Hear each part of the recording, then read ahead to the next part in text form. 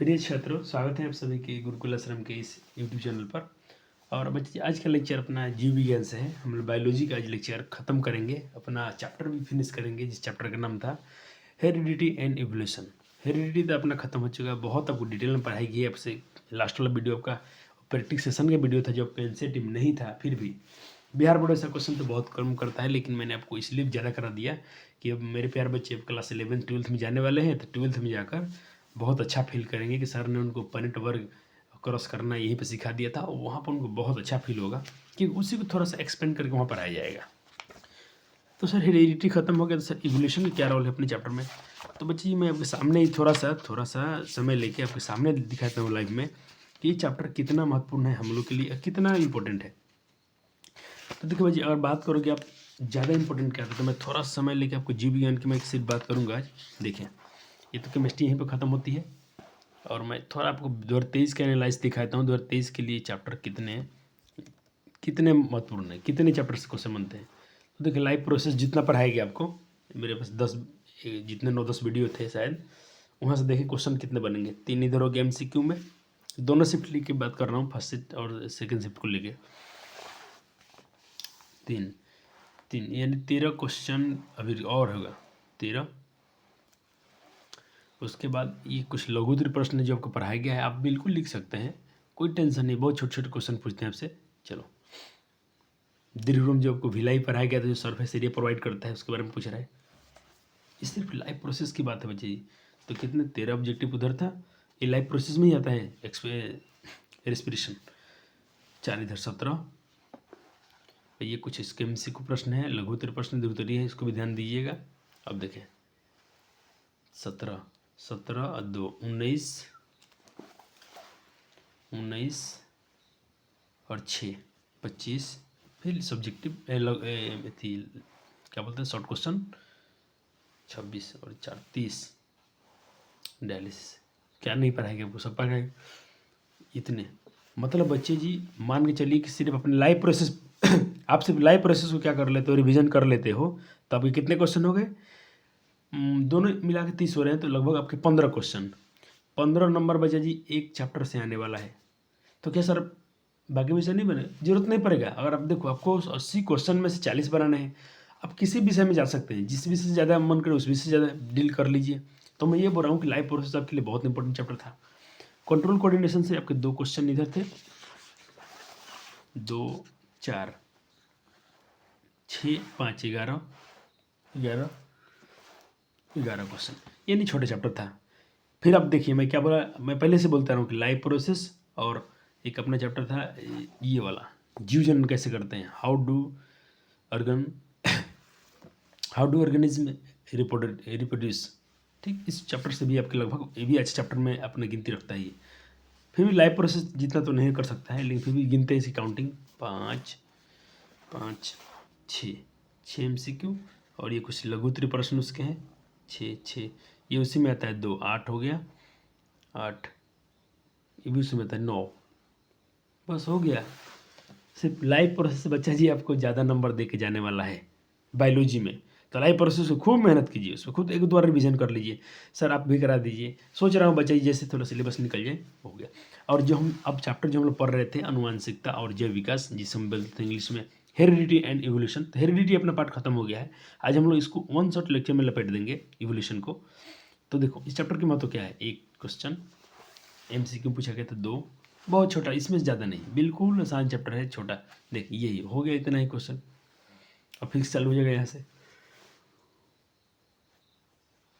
तो अब क्या सोच रहे हैं, आपका बायोलॉजी बच्चे ख़त्म करा दिया गया है, फिर भी सर आप ये चैप्टर क्यों पढ़ा रहे हैं। बच्चे बायोलॉजी, अब देखें, मैं हो सकता है कुछ बच्चे को नीट करना हो, कुछ बच्चे JEE में जाएंगे, कुछ बच्चे आर्ट्स से ले लेंगे। तो बच्चे हम सब पढ़ लेंगे, जिस बच्चे को जो रुचि होगी, जिस बच्चा में जो भी उनको अच्छा लगा होगा, वो क्लास 10th के बाद तो लेंगे ही लेंगे। सर आप अभी से ही बात कर रहे हैं क्लास 11-12 के, हम लोग तो अभी 10th में हैं। अरे आप 10th में नहीं है, आपने इतने दिन से पढ़ रहे हो, आपके तो अच्छे मार्क्स आने वाले हैं। आप थोड़ा सा बस जो जैसे आप करें ऐसे ही करते चलिए, इसमें लगे रहिए। क्वेश्चन बैंक जिसमें मैं आपको दिखा रहा हूँ, क्वेश्चन बैंक सॉल्व करते रहें, काम हो जाएगा। मैथ हो, चाहे फिजिक्स हो, केमिस्ट्री, बायो, संस्कृत, हिंदी, सब में। SST में ज़्यादा ध्यान दीजिएगा थोड़ा, और हिंदी में भी। हिंदी आपको इससे पढ़ा भी गया है, लेकिन फिर भी एक बार अपने से नहीं पढ़ेंगे तो काम नहीं बनेगा। तो इवोल्यूशन बचे जो जो चैप्टर अपना बच गया है, देखिए हेरिडिटी तो होगा, अनुवंशिकता। अब ये जो बचे आज का टॉपिक क्या बचा है, विकास का विकरण, एक क्वेश्चन वहाँ से बन जाता है, और मानव विकास 2 क्वेश्चन, नहीं छोटा सा टॉपिक बचा है। तो लेकिन हम पढ़ेंगे पूरा डिटेल में उसको। लेकिन चैप्टर क्या है आपके लिए, देखिए वहाँ से क्वेश्चन लघुत्तरीय प्रश्न है, हाँ एम सब्जेक्टिव ना के बराबर है। एक क्वेश्चन पूछा था ये वाला, रेडियो कार्बन काल निर्धारण क्या है, ठीक, एक क्वेश्चन लघुत्तरीय में पूछा था। MCQ के लिए चैप्टर बनता है और कुछ नहीं। तो चलो इसको क्या किया जाए, शुरू कर लेते हैं। आपसे मेरा एक विनती रहेगा कि इस चैप्टर का जब भी पढ़ेंगे तो बच्चा जी एक बार NCERT जरूर उसको डील कीजिएगा, ताकि फ्लो आ जाए। मानता हूँ कि अब जो बचा है चैप्टर का हिस्सा उतना महत्वपूर्ण नहीं रहा है बोर्ड के लिए, लेकिन बायो है तो आपको जानना चाहिए। ये लाइफ प्रोसेस क्या चैप्टर था, ज़बरदस्त पढ़ाया गया आपको, इतने बेहतरीन। मैंने तो आपको बच्चा जी नेफ्रॉन को भी ज़बरदस्त पढ़ाया था कि कैसे इसमें मूत्र का निर्माण होता है, इतने डिटेल में पढ़ाया गया ना। आप लेक्चर को जाकर एक बार देख सकते हैं, अगर आपके थोड़ा सा ये कम पड़ रहा है तो इसको भी। हर चैप्टर को बच्चा जी एक अच्छे टीचर का नोट्स आपको दिया गया है। अच्छे टीचर बोले तो बहुत हाई लेवल के क्वालिटी आपको नोट्स प्रोवाइड किया गया है। आज बच्चा जी हम लोग क्या क्या डील करने वाले हैं, थोड़ा सा इसको मैं एक बार आपको वन शॉट दिखा देता हूँ। देखें, आज हम लोग इवोल्यूशन की बात करेंगे, विकास क्या है,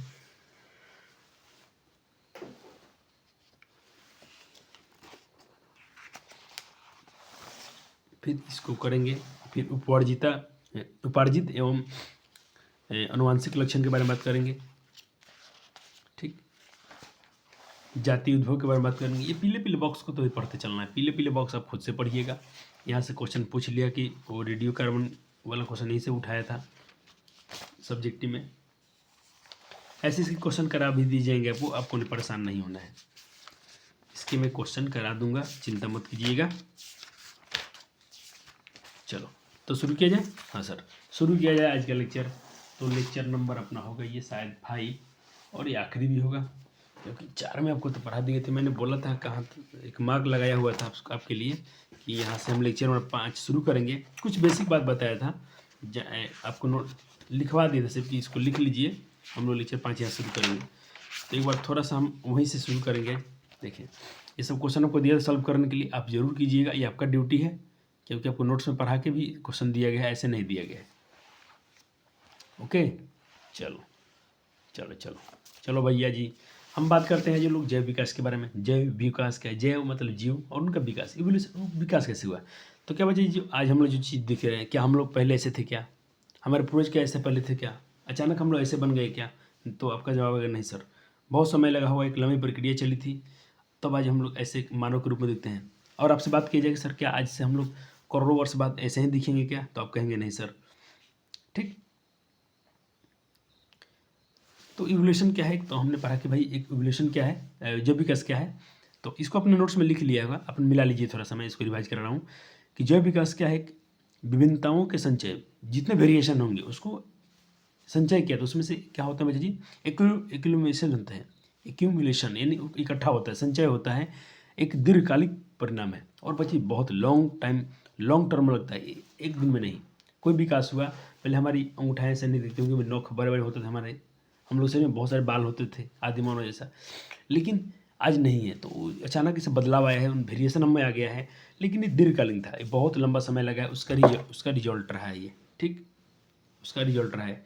तो बायो वाले बिल्कुल अब खुश हो जाए कि आपका पूरा पढ़ा दिया गया चैप्टर। आपके लिए आपको एक ही ड्यूटी बच रहा है कि आप चैप्टर को क्या करें, रिवीजन करें। कोई सोच रहा होगा सर बायोलॉजी में क्या है, तो बायोलॉजी में कुछ नहीं बचा जी, अब बायोलॉजी आपका लगभग खत्म है, ठीक। एक बार इसे मैं अपने प्यारे बच्चों के लिए थोड़ा इंग्लिश में दिखा देता हूँ, जो टर्म आपको लिख दिए गए कि evolution is long term consequence of the accumulation of variation, ठीक।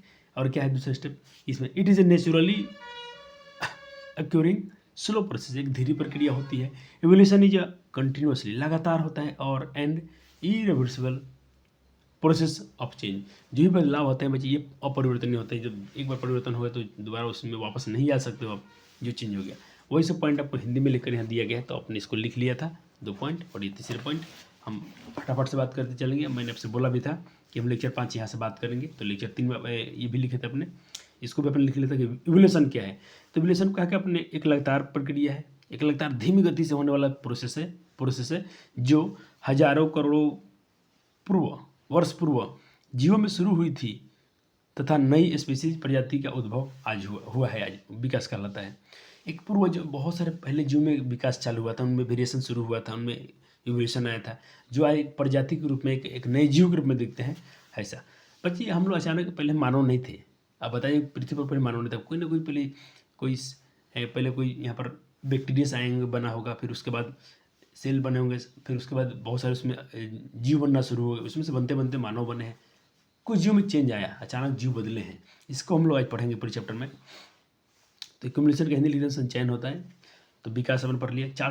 इसीलिए चार्ल्स डार्विन में एक बात कहा था कि जो जीव ज़्यादा फिट होगा अपने इन्वायरमेंट के हिसाब से, वही जीव सर्वाइव कर पाएगा, वही जीव आगे जी पाएगा, अन्यथा नहीं जी पाएंगे। आपको एक लाइफ प्रोसेस चैप्टर मैंने दिखाया था एग्जाम्पल कि 2 जीव थे, उनमें क्या हुआ था कि उनके कलर में थोड़ा वेरिएशन आ गया, तो उनको कुछ पक्षी खा गए। एक था कि पेड़ के पौधे का कलर का हो गया तो बच गया, एक में थोड़ा उसका कलर चेंज आ गया तो उसको पक्षी खा गए। तो ऐसा कुछ बात है, इन्होंने कहा था चार्ल्स डार्विन ने इसी बात को। चलो हो गया। तो इवोल्यूशन आप पढ़ते चल रहे हैं, तो इवोल्यूशन का एक जैव विकास है। आपने कहा कि इवोल्यूशन, अब जैव विकास के बारे में थोड़ा सा और डिफाइन करते हैं। इसमें सब जैव विकास का टॉपिक है, थोड़ा पढ़ते चलते हैं। अब आपके देखें, अब जब बुक में पढ़ने जाओ तो पूरा बोर सा लगता था ना, बोर हो जाएंगे आप। देखिए पूरा वही कहानी जैसा लिखा हुआ है, देख रहे हैं। तो इसको शॉर्ट पॉइंट में मैंने पढ़ाया है कि बिल्कुल बच्चे को, अब देखो इसको लिखने के बाद रीड तो आपको करना पड़ेगा। एक बार पूरा चैप्टर को ध्यान से, जो कुछ बच्चे होंगे ना इसको 2-3 बार रीड कर लेंगे। मानता हूँ बोर्ड में से यहाँ से क्वेश्चन कम है, तो एक बार कम से कम एनसीईआरटी पढ़ लीजिएगा और एक बार अपना नोट्स काम हो जाएगा, ठीक। क्योंकि जो भी क्वेश्चन गिरेंगे आपसे यहाँ पर करा दिया जाएगा। चलो, तो क्या है जो भी कैसे बारे में हम क्या कह रहे हैं बच्चे जी कि लैंग एक सेक्सुअल रिप्रोडक्शन है। क्या है? सेक्सुअल रिप्रोडक्शन है, और डीएनए की कॉपी में त्रुटियों की जो वेरिएशन के कारण बनी कारण बनी है। इसके परिणाम नीचे दिए गए हैं।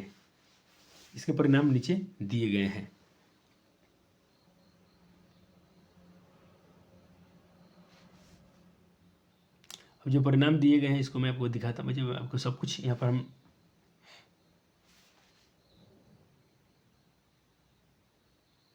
देखो, अब आपको एक नीचे परिणाम दिए गए हैं, इसके लिए चित्र में दिखा रहा हूँ। आप डायग्राम बनाएं या देख लीजिएगा अपने हिसाब से क्या कर रहे हैं आपको, क्योंकि मैं बोलता हूँ चैप्टर ये थोड़ा कम वेटेज रखता है बोर्ड के लिए, कम मार्क्स इसमें से क्वेश्चन आते हैं, तो कोई बात नहीं। लेकिन कम बोल के इसको हम बेकार नहीं बोलेंगे, नहीं तो बोले आप पढ़ना ही छोड़ दोगे। नहीं, सारे चैप्टर हमारे लिए महत्वपूर्ण है, ठीक है बच्चे जी। क्योंकि आपसे कोई भी क्वेश्चन हो सकता है इसी चैप्टर का क्वेश्चन आपको आसान लग जाए, आप पेपर में इसी को बना के जाओ, कोई दिक्कत नहीं। क्योंकि वहाँ तो ऑप्शन लिख दिया ना सीधे 30 क्वेश्चन में, अगर 8 क्वेश्चन है तो 4 क्वेश्चन का आंसर देना है, अगर 80 क्वेश्चन है तो 40 क्वेश्चन का आंसर देना है।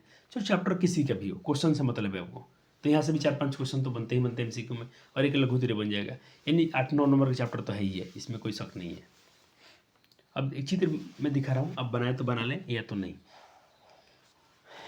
बेहतर होता है कि बच्चे बना लें। लेकिन यहाँ पर आप डायग्राम समझ लें बहुत बेहतर से, क्योंकि कहता है कि जो विकास है एक डीएनए कॉपी हुई थी, उसके वेरिएशन में आया परिणाम, और जिसको चित्र में नीचे दर्शाया गया। आप 3 कंडीशन चेक करें, मैं आपको दिखा रहा हूँ। एक बार क्या हुआ कि मतलब यहाँ पर कुछ ब्रिटल्स थे। ब्रिटल्स मतलब है भृंग, इसमें लिखा है भृंग।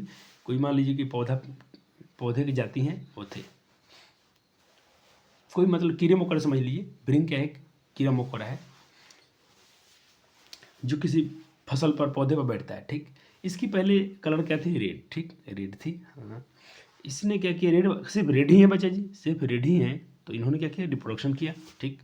तो इनकी प्रजाति यहाँ पर रिप्रोडक्शन करते गए। पहले इस प्रोसेस को समझिए। वहाँ से एक ही परिवार है, यहाँ पर मेल फीमेल दोनों क्या होंगे?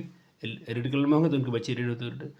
कुछ वेरिएशन है, कुछ डीएनए कॉपी हुई, इसमें कुछ बदलाव आ गया। अचानक एक से थोड़ा सा ग्रीन हो गया, देखिए एक थोड़ा सा ग्रीन हो गया, ठीक है सर। हाँ, चलो। और कौवे यहाँ पर खाते जा रहे हैं। कौवे खाते थे, किसको खाते थे? लाल वाले को खाते थे। हाँ सर, लाल वाले खाते थे। फिर क्या हुआ कि देखो, अब लाल वाले खाते गए तो लाल की संख्या कम होती होगी, लाल की संख्या तो कम होती गई होगी, क्योंकि लाल को कौवे खा रहे थे, जो दिख जा रहे थे आसानी से। लाल जो भृंग थे, जिसको ब्रिटल बोलते हैं इंग्लिश में, लाल रेड ब्रिटल थे, उनको तो कौवे आसानी से देख रहे थे तो खा रहे थे। अब क्या हो गया बच्चे जी इसके आगे, और ग्रीन को नहीं देख पा रहे थे। तो ग्रीन ने कहा कि अपने देखो ये भी अपने बच्चे पैदा कर रहे थे, ये भी कर रहे थे, इनकी संख्या मानते हैं कम था, लेकिन इनके बच्चे होते गए, इनके भी हो रहे थे, लेकिन इनके कौवा खा जा रहे थे डेली। ठीक है सर। अब देखिए ग्रीन की संख्या बढ़ते जा रही है, रेड वाले कम हो गए, क्योंकि रेड वाले के खाते गए तो खाते जाना, तो उनकी रिप्रोडक्शन भी कम हो रही होगी, इनकी रिप्रोडक्शन बढ़ते जा रही है, लाल कम हो रहे हैं, फिर कौवे खाते खाते बाद में सिर्फ क्या बच गए यहाँ पर, सिर्फ इस पर्टिकुलर एरिया में क्या बच गया, सिर्फ ग्रीन वाले ब्रिटल बच गए। तो क्या पढ़ा आपने, इसको आपने तो नहीं मारा, हमने तो नहीं मारा, ये कोई पक्षी खाया, सब तो नेचुरल कहीं से है ना। तो ये नेचुरल सिलेक्शन था। ये जो वेरिएशन आया, ये जो विकास हुआ, किस जाति का विकास हो गया, ग्रीन वाले का इवोल्यूशन हो गया। तो ये कहलाता है नेचुरल सिलेक्शन। इसको प्रकृति का संचय नहीं है, इसको प्रकृति का सिलेक्शन हम लोग संचयन बोलेंगे, सिलेक्शन बोलेंगे। एक और बात करते हैं नीचे वाले का। यहाँ पर क्या हुआ, रेड थे, ठीक है। यहाँ पर क्या हुआ बच्चे जी, रेड वाले थे ऐसा, ये यहाँ पर सिर्फ वही थे, यहाँ पर कोई कौन खा नहीं रहा है, लेकिन इनका रिप्रोडक्शन करते कुछ बीच में कुछ जगह चेंज आया हो गया, कुछ भी हो गया, इनके कलर कुछ ऐसे हो गए, ठीक। फिर इनके बच्चे जब जन्म ली तो इनसे जो आपस में रिप्रोडक्शन करते कुछ डीएनए में चेंज आते थे, कलर कुछ ऐसा हो गया, ठीक। फिर डीएनए में चेंज आते थे, इनको हो सकता है कि कुछ खाने पीने को न मिला हो, इनकी प्रजातियाँ नष्ट हो गई होंगी, ठीक। और फिर जब ये रिप्रोडक्शन करते इनकी प्रजाति खत्म होती जा रही है। फिर ऐसे थे, फिर इनकी प्रजाति नहीं मिली होगी, खत्म होते गए। फिर जो बाद में जो इनके बच्चे आए होंगे, वो रिप्रोडक्शन किए होंगे, तो फिर से क्या बचाया उनका होगा, रेड बना होगा। लेकिन इसको हम बोलते हैं, देखो ये कोई इवोल्यूशन नहीं है, ये कोई इवोल्यूशन नहीं है, क्योंकि यहाँ से ये पतले हो गए। देखो सॉरी, हाँ इसको मैं ऐसे समझा रहा हूँ, यहाँ पर कुछ बीटल्स थे, भिरिंग थे, इन्हें कोई खा नहीं रहा है, कोई इन्हें मार नहीं रहा है, इन्वायरमेंट चेंज हो गया। वहाँ पर मान लीजिए कि उनके पास खाने पीने के लिए सामान कम हो गया होगा, तो थोड़े दुबले हो गए, कम होते गए, इन्वायरमेंट खराब था, फिर दुबले हो गए, दुबले हो गए। फिर क्या हुआ बाद में, वो क्या हो गया बच्चे जी, फिर मोटे हो गए। देखो फिर ये ब्रिंग्स क्या हो गए, हेल्दी हो गए। तो ये तो खाने पीने से मतलब था, आहार में कुछ कमी आ गया तो ऐसा हो गए थे। तो इसका मतलब ये नहीं है कि ये जो चेंज आ गया फिर ऐसा ही दिख रहे हैं यहाँ पर, तो इसका मतलब ये विकास नहीं है, ये इन्वायरमेंट के हिसाब से उनका मतलब फिजिकल हो गया। जैसे मैं हूँ बच्चे जी, आप हैं, अभी आपने खाना पीना थोड़ा अपने चाह कि मुझे हेल्थ कम करना है, तो अपने हिसाब से अपने खाना कम किया, आपने खूब मेहनत की, आपके शरीर थोड़ा अच्छा हो गया, पतले हो गए, थोड़ा फिट हो गए। फिर अपने बाद में आलसी हो गए, खाने पीने खाते गए, सोते गए, अब फिर मोटे हो गए। तो ये पतले से मोटा हो जाना कोई विकास नहीं है, ये कोई इवोल्यूशन नहीं है। समझ रहे मैं क्या बोल रहा हूँ। अब केस नंबर 2 इसको समझते हैं, ये वाले केस 1 और केस 3 समझ गए, केस 2 समझिए। मान लीजिए कि ऐसा कुछ थे, सिर्फ रेड वाले थे, हाँ ये तो सब रेड ही हैं। अब इस पर जो रिप्रोडक्शन की ग्रीन आ गया, हाँ सर ग्रीन नहीं, कुछ अलग कलर है यहाँ पर, ब्लू समझ लीजिए, ब्लू कलर का हो गया, ठीक सर। बाकी सब रेड थे। फिर यहाँ गए तो दोनों ने रिप्रोडक्शन शुरू किया, तो यहाँ पर अब एक थे तो इनकी संख्या तो 2 से 3 हो गई, और इनकी संख्या है इतनी है। फिर मान लीजिए यहाँ पर थे, इनकी संख्या पूरी जाती थी, तो हाथी राजा कहाँ चले और सूढ़ हिलाकर कहाँ चले, हाथी राजा कहाँ चले, सूढ़ हिलाकर कहाँ चले, और आपका पैर कहाँ पड़े कहाँ पड़े भैया, तो इन सब पे पड़े, तो इन सब पे पड़े तो ये स्वर्गलोक चले। तो कौन बचे, ब्लू वाले बचे। फिर ये तो पूरे उनकी जाति खत्म हुई, हाथी के पैर माने पूरा उनकी प्रजाति खत्म हो गया, सिर्फ कौन बच गया था, ब्लू वाला। तो ब्लू वाला का किया, रिप्रोडक्शन करते चले, तो सिर्फ क्या बचे, इनकी संख्या बचे। तो हाथी राजा कहाँ चले, तो लाल भिरिंगर के देह पर पड़े। तो आपने क्या सीखा बच्चा जी, यहाँ पर हमने कोई नेचुरल नहीं किया, हाथी चला, हाथी ने सॉरी यहाँ भी हाथी चला है, तो ये जो सिर्फ एक ही बच गया है, तो इनके जीन में परिवर्तन आया, इनमें देखो इनके डीएनए में कॉपी चेंज आया था, तो ऐसा हुआ। लाल से क्या बन गए, सिर्फ बन गए ब्लू वाले बच गए ब्रिटल्स, लाल वाले खत्म हो गए। तो ये उनके जेनेटिक चेंज है, ये कैसा सिलेक्शन है, जेनेटिक सिलेक्शन, जिन में चेंज आया था तो ऐसा हुआ था। फिर इसे यही बच गए, ये लोग अचानक दुर्घटना एक्सीडेंटल हो गए, जानबूझ के नहीं, हाथी का पैर पड़ गया, मर गए, कोई बचा ही नहीं उसमें से, एक भी बचा होता तो फिर अपने और रिप्रोडक्शन कर लेता, लेकिन सिर्फ इसका ही ये बचा। तो ये जेनेटिक सिलेक्शन है और ये नेचुरल सिलेक्शन है। नेचर ने किसको चाहा, सिर्फ लाल को ही खाया, वो बच गए, ठीक। यहाँ पर लाल को सिर्फ खाया जाता था, यहाँ पर अचानक हो गया, अचानक हाथी का पैर पड़ गया, ये अनहोनी था, ठीक।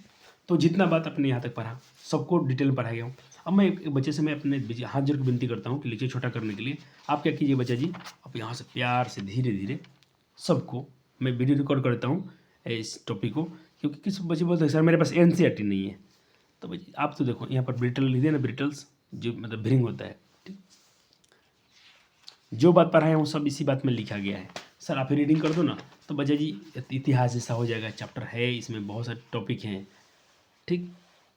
देखो आप आराम से पढ़िएगा, वही बातें होंगी। किसी की संतति लगातार बढ़ती है, रिश्ते कार्य जो खाते गए जो बच गए, जो के समझाया हूँ इससे हट के उसमें नहीं दिया है। आपको बहुत टीचर्स का नोट्स पढ़ाया जा रहा है तो बिल्कुल आपको डरना तो नहीं है। आप कहाँ तक पढ़ेंगे, जहाँ तक मैं रिकॉर्ड कर रहा हूँ। अरे 10 मिनट समय ले लीजिएगा, वीडियो रोक के मैं ऑफलाइन के बच्चे को भी बोल रहा हूँ, आप लोग 20 मिनट 15 मिनट समय लेकर यहाँ तक तो पहले रीड करेंगे ही करेंगे। हो गया, यहाँ तक हमें रीड कर लिए बच्चा जी लोग, तो रीड सर थोड़ा इसको जूम अक्षर में कर देते तो अच्छा होता है। अब तो मैंने कर दिया, अब सबके पास NCERT है, पढ़ लेंगे आप लोग। अब जो पढ़े अपने उसको चलिए नोट्स में हम बात करते हैं। हम लोग नोट्स में जो पढ़े अपने वहाँ पर, तो यहाँ पर क्या लिखा गया था वही, हाँ हम लोग ये पढ़ रहे थे। डायग्राम तो चित्र दिखाते हो, तीनों चित्र बना सकते हैं, बनाना ही चाहिए, वो अच्छा रहेगा। क्या है उसमें, एक लाल लाल लाल लाल थोड़ा थोड़ा दिखा देना कि एक झिंगुर में तो कीड़ा मकोड़ा जैसा है, और उसमें क्या ही है।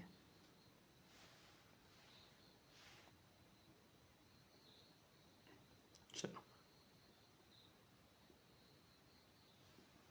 अब यहाँ पर हम बात करेंगे, हो गया यहाँ तक अपने लिख दी। अब इसको थोड़ा पढ़ लेते हैं अपने नोट्स को, इसमें तो कोई दिक्कत नहीं है। कहते हैं एक समष्टि, समष्टि मतलब एक जो इनके पास कोई एक पॉपुलेशन थी, पढ़ जाती थी कि विभिन्नताएं वंशागुणित तथा अन्य, कहते जो वेरिएशन, कहते variation in population in inherited otherwise.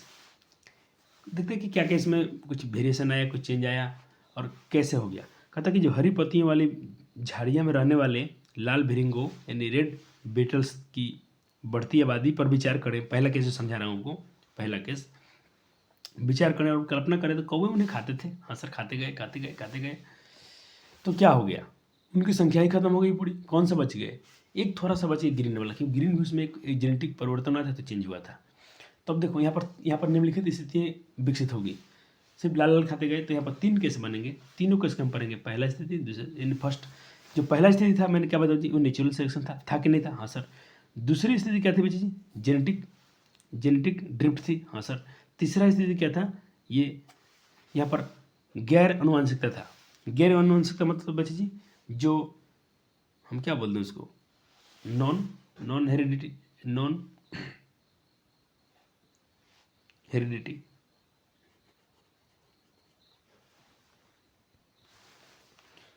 गैर मतलब होता है कि जैसे कि समान असमान जो नहीं हो, अनुवांशिकता जो नहीं है तो इसको क्या बोलेंगे, नॉन जेनेटिक। हो गया प्यारे जी, आपने तीनों स्थिति पर चर्चा किया। वो भाई तो अचानक मौसम बदला, खाना नहीं मिला, पतले हो गए, फिर मोटे हो गए, वो बात अलग है। तो अब चलो तीनों स्थिति पढ़ते हैं। तो पहला जो था फर्स्ट सिचुएशन हम बात करते हैं, जो पहला स्थिति था जहाँ पर लाल वाले कौवे खा रहे थे, तो किस पहली स्थिति हम बात करेंगे, जो क्या था, एक प्राकृतिक चयन था। क्या था बच्चे जी, प्राकृतिक चयन था, नेचुरल सिलेक्शन था। इसको हम बात करेंगे यहाँ पर, और बात करेंगे, समझ में तो आएगा ही बच्चे को। फर्स्ट सिचुएशन की बात करते हैं। आपको पूरा पढ़ा दिया हूँ, कहानी समझा दिया हूँ आपको, लेकिन इस चैप्टर में थोड़ा थोड़ा आपको डायग्राम भी बनवाते चलूँगा PDF से, तो बनाइएगा। वही तीनों वही PDF है, NCERT वाला है, उसको बार बार समझाना पड़ेगा आपको, तो देख लीजिएगा आपको क्या करना है इस चैप्टर को। देखो केस 1 में देख क्या हुआ था, कहता कि इसके केस 1 में कहते जो सर्वाइवल का एडवांटेज में कारण किसके पास था, कहता कि वेरिएशन का एक सामान्य विशेषता बन गई।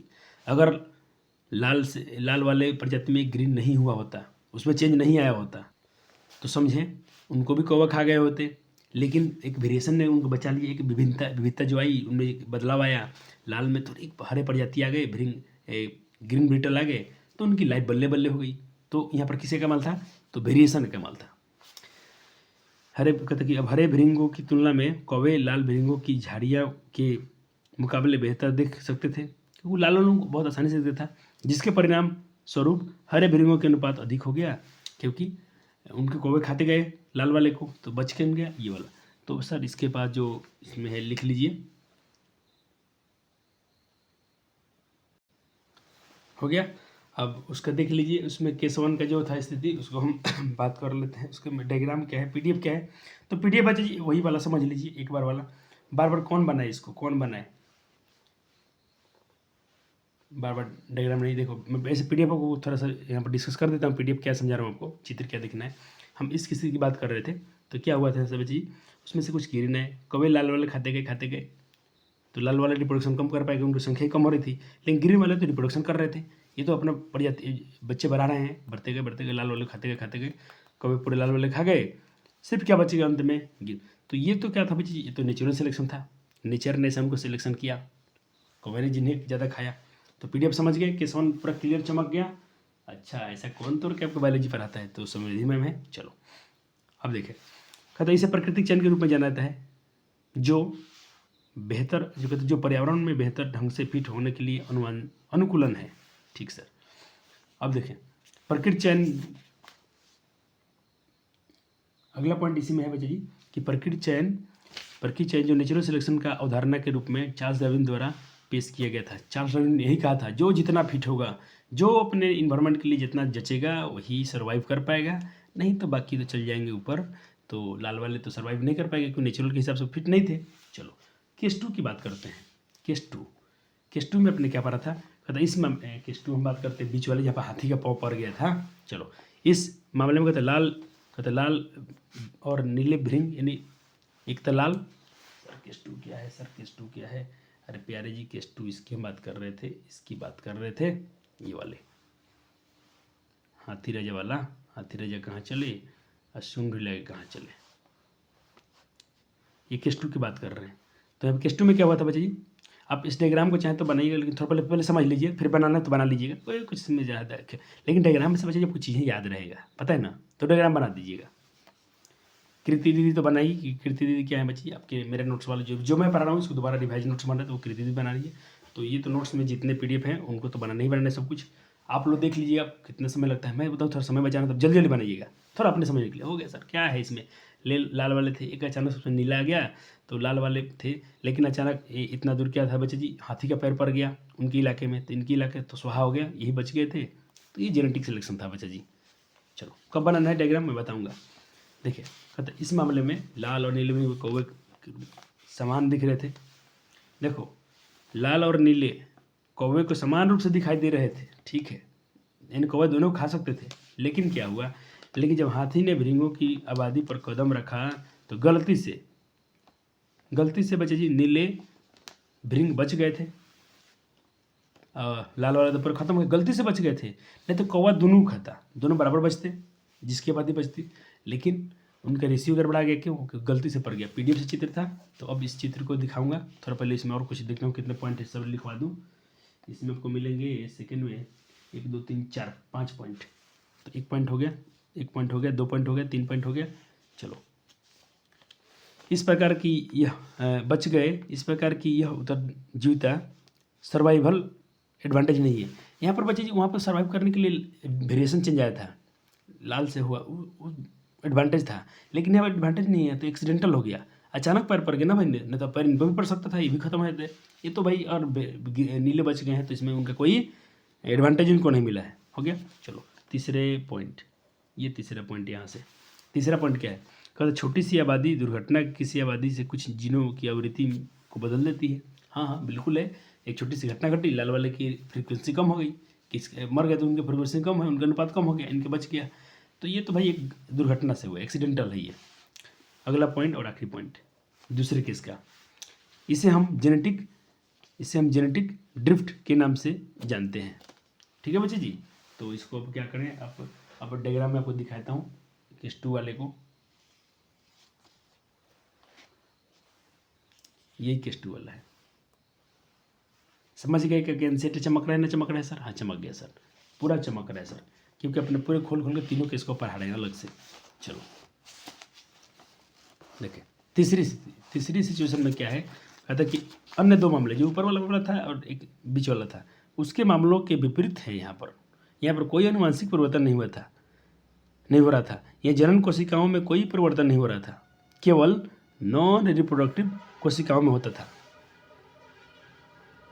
है। कहता कि यहाँ पर कोई परिवर्तन नहीं होता है, केवल नॉन रिप्रोडक्टिव कोशिकाओं में होता है। अब देखिए यहाँ पर क्या हो गया, यहाँ पर कोई परिवर्तन नहीं होता है, परिवर्तन केवल नॉन रिप्रोडक्टिव कोशिकाओं में होता है। अब सर नॉन रिप्रोडक्टिव कोशिका क्या होती है? नॉन रिप्रोडक्टिव सेल्स क्या होते हैं? तो बच्चा जी वैसे सेल जो जनन में भाग नहीं लेते हैं। सर याद है या 22 क्रोमोसोम? हाँ सर। यानी देखो इस केस में क्या था, दुबले से तो पतले हो गए थे, फिर मोटे हो गए। तो यहाँ पर बच्चा जी कोई रिप्रोडक्शन से लेना देना नहीं है। देखो मैं PDF समझा दूँ आपको, पहले सारा केस लिखवा दूँ आपको, समझाता हूँ फिर आप लिखिए, फिर PDF दिखा दूंगा। मेरे पास तो सब कुछ है बच्चे के लिए, क्या दिक्कत है? सब कुछ है तो क्या डरना। देखें मैं इसकी बात कर रहा हूँ।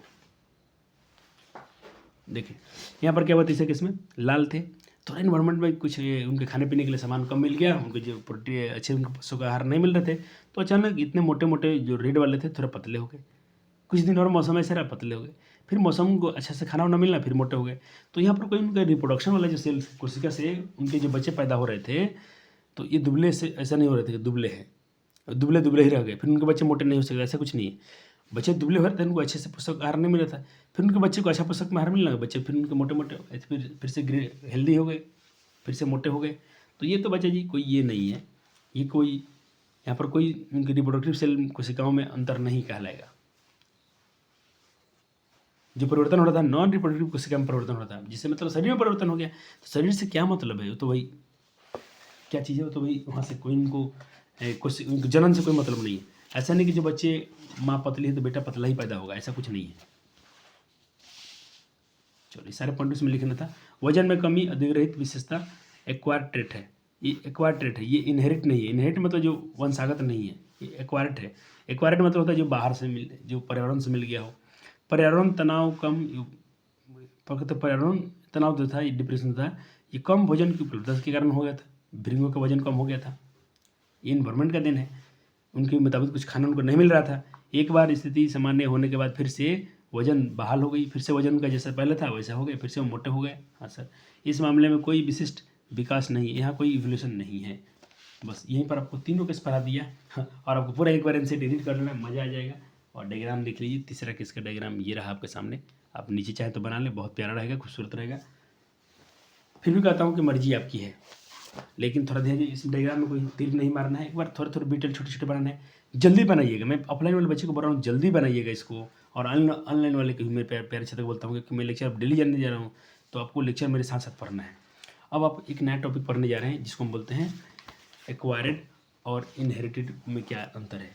एक्वायर्ड और इनहेरिटेंस के जो कैरेक्टर क्या होते हैं, आप इसको भी बच्चे एक बार रीड कीजिएगा। एक बार रीड कीजिएगा। कब कीजिएगा सर? पहले पढ़ लेते हैं फिर रीड कीजिएगा, क्योंकि अभी आपको पहले समझा देता हूँ चीज़ें क्या है। और यहाँ से आपको डायग्राम मिलते चलेंगे। देखो उपार्जित जो दिया आपका टॉपिक एक्वायर्ड, ये क्या है? तो भूखमरी के कारण भृंगों का कम वजन जनन कोशिकाओं को DNA नहीं बदलेगा। कम खाना मिला, भूख से मर रहे थे, उनके DNA में कोई फर्क नहीं पड़ेगा। यानी यह वंशानुगत, यानी ये इनहेरिटेड कैरेक्टर नहीं है। यह जैव विकास का उदाहरण भी नहीं है। ये जैव विकास या उद्विकास का उदाहरण भी नहीं है। अब चलो, क्योंकि जो नॉन रिप्रोडक्टिव टिश्यू में परिवर्तन जनन कोशिकाओं और DNA में पारित नहीं किया जा सकता है। बच्चे मान लो कि मैं पतला हूँ, तो मेरे जो पतले होने का सेल्स जो है मेरे अगले पीढ़ी में नहीं जा सकते हैं। बेटा बाप मोटे हैं तो उनका जो सेल्स मोटा वाला सेल्स क्या है वो उसको अगले DNA में नहीं जा सकता। इससे कोई DNA कोई फर्क नहीं पड़ता है। तो अपने जीवन काल के दौरान एक व्यक्ति का अनुभव यानी जो अर्जित लक्षण वंशानुगत नहीं मिलते हैं और विकास को निर्देशित नहीं कर सकते हैं। ठीक, मैं कुछ यहाँ पर एग्जाम्पल की बात करूँगा। एक एग्जाम्पल आपके NCERT में लिखा गया है, उदाहरण के लिए कि चूहों का प्रजनन पूंछ के साथ सभी संतान पैदा करता है। ठीक है सर, सभी जितने चूहे रिप्रोडक्शन करते हैं तो उनके बच्चे में क्या होता है? पूंछ होते हैं। ठीक सर, होते हैं। लेकिन आपने क्या किया कि प्रत्येक पीढ़ी का पूंछ करते गए, तो क्या जिसके पूंछ करते हैं उसके बच्चे जो उसका पूंछ नहीं होगा, क्योंकि आपने तो फिजिकल चेंज किया है ना। कुछ भी चीज़ आपने पूंछ हटा दी तो वे बिना पूंछ संतति पैदा नहीं कर सकते। जब पैदा करेंगे पूंछ वाला ही करेंगे, बिना पूंछ वाला नहीं करेंगे, क्योंकि यह जनन कोशिकाओं को जिन यहाँ नहीं बदलता है, ये जिन नहीं बदलते हैं। इसलिए कहते हैं कि विकास को समझने के लिए अनुवांशिकी या हेरिडिटी का अध्ययन करना आवश्यक है। ये जो इवोल्यूशन हम समझते हैं उसके लिए हमको हेरिडिटी का समझना आवश्यक है। और हेरिडिटी आपको जन्म के पढ़ा दिया गया है, आपको पहले हम हेरिडिटी खत्म किए थे। और अब यहाँ पे एक एग्जांपल देखिए, आपको चूहा वाला बताता हूँ। सर चित्र बनाए कि ना बने थोड़ा देख लीजिएगा, आपकी मर्जी है, फिर से बोलूँगा क्योंकि मैं समय के थोड़ा प्रति ज़्यादा जागरूक हूँ। देखिए मेरे प्यारे बच्चे, ये मान लें कि मेल थी, एक फीमेल है, ठीक है सर, ये बच्चे पैदा करना चाहते हैं। अब क्या किया गया, मेल साहब का देखिए पूँछ उड़ा दिया गया, चलिए पूँछ माँ का भी पूँछ काट दिया गया। फिर भी इनके जो बच्चे गैमेट, इनके सेल गैमेट निषेचन हुआ, फिर जाइगोट बनाए, बीरू बच्चे पैदा हुए, फिर से इनके पूँछ थे, फिर इन बच्चे काट देंगे हम पूँछ, तो क्या ये जो बच्चा पैदा करेंगे क्या इनके पूँछ नहीं होंगे सर। ये पूँछ काट देना ये अनुवांशिक लक्षण नहीं है। वहाँ पर भिंगों को खाना कम मिल रहा था, वो दुबले हो गए, फिर मोटे हो गए। यहाँ पर ये जेनेटिक डीएनए में कोई डिफरेंस नहीं लाता है। क्या इस बात को आप समझ गए बच्चा जी? हाँ सर। इसको देख लीजिएगा, चूहा बना तो बना लीजिएगा, थोड़ा पूछ कर एकदम ऐसा डायग्राम बनेगा जल्दी बन जाए, कार्टून जैसे बना दीजिएगा। कोई इसमें ज़्यादा आपको कलाकारी नहीं दिखाना कि मैं हूँ ऐसे ही बनाऊंगा, नॉर्मल बना दीजिएगा। चूहा क्या होता है? चूहा तो हम ऐसे ही बनाते थे पहले, लेकिन वैसे चूहा बना देना, हो गया। आँख दिखा देना, ताक रहा है, गुरु दिखा देना, अरे चूहा बन गया। 10 सेकंड लगता है चूहा बनाने में। यहाँ भी दिखा देना, ये मेल वाले थे, ये फीमेल वाली थी, ये चूहिया थी, चूहा था। पूछ दूसरा केस में पूछ कर देना, पूछ गायब है इनका, इस बार पूछ था। यहाँ भी जो मेल वाले होंगे इनके पूछ गायब कर देना, दोनों को पूछ कर देना है। अब क्या ये जो रिप्रोडक्ट्स के बच्चा पैदा करेंगे उनको पूछ नहीं होगा, पूछ होगा। तो अब ऐसे कार्टून जैसे वीडियो बना शॉर्ट बना सकते हो। हो गया, चलो। तो अब अध्ययन करना आवश्यक है। अब बच्चे को मैं एक बार क्वेश्चन को यहाँ तक अपने जहाँ तक पढ़ लिया आवश्यक है। इस चीज़ को मैं थोड़ा एक बार रीड कर दिखाता हूँ कि मेरे बच्चे जो होंगे, आपको कुछ भी एक्स्ट्रा नहीं पढ़ाया जा रहा है, सब इसी में के देखो पूछ काट दिया गया है, डीएनए में कोई चेंज नहीं है, इंसान नहीं है, बिना पूछहीन संतति पैदा करेंगे, स्वाभाविक नहीं है, इसको कभी प्रभाव नहीं पड़ता है। हाँ सर, जितने आप नोट्स में लिखवाएं सब तो बात आपकी एनसीईआरटी में वही है। अब चलो हम पढ़ते हैं एक वैज्ञानिक के बारे में। कहता पृथ्वी पर जीवन की उत्पत्ति जो हुई, यहाँ पर ओरिजिनल जो बच्चे जन्म आया पृथ्वी पर, कहता JBS होल्डन ने सुझाव दिया था। एक JBS होल्डन वैज्ञानिक है, उन्होंने सुझाव दिया था, एक उन्होंने अपना सजेशन दिया था कि जीवन सरल कार्बनिक अणुओं, सरल जो जीवन है, जो सरल कार्बनिक अकार्बनिक यानी इनऑर्गेनिक कंपाउंड जो होते हैं उनके रासायनिक इवोल्यूशन से विकसित हुआ है। ठीक, अब थोड़ा सा इनका मैं एक डायग्राम दिखाता हूँ। उन्होंने क्या किया था, यहाँ पर बच्चे देखिए, पहले तो इन्वायरमेंट में मैं शुरू में लिखवाया हूँ, ये आपको चित्र, ये वैज्ञानिक के बारे में था। सर वैज्ञानिक क्या है, तो ये वैज्ञानिक आपको यहाँ पर मिल जाएंगे। तो पहले आप तो एक बार एनसीईआरटी में पढ़ लीजिएगा ये वाला, इसको ढंग से पढ़िएगा, क्योंकि जब यहाँ से क्वेश्चन बने MCQ तो आपसे छूटे नहीं। अब यहाँ सब्जेक्टिव बना लेते हैं तो बच्चे रोने लगते हैं, इसको तो ध्यान से पढ़ लेना है क्या क्या इनके बारे में लिखा गया है। ठीक, पढ़ लिया?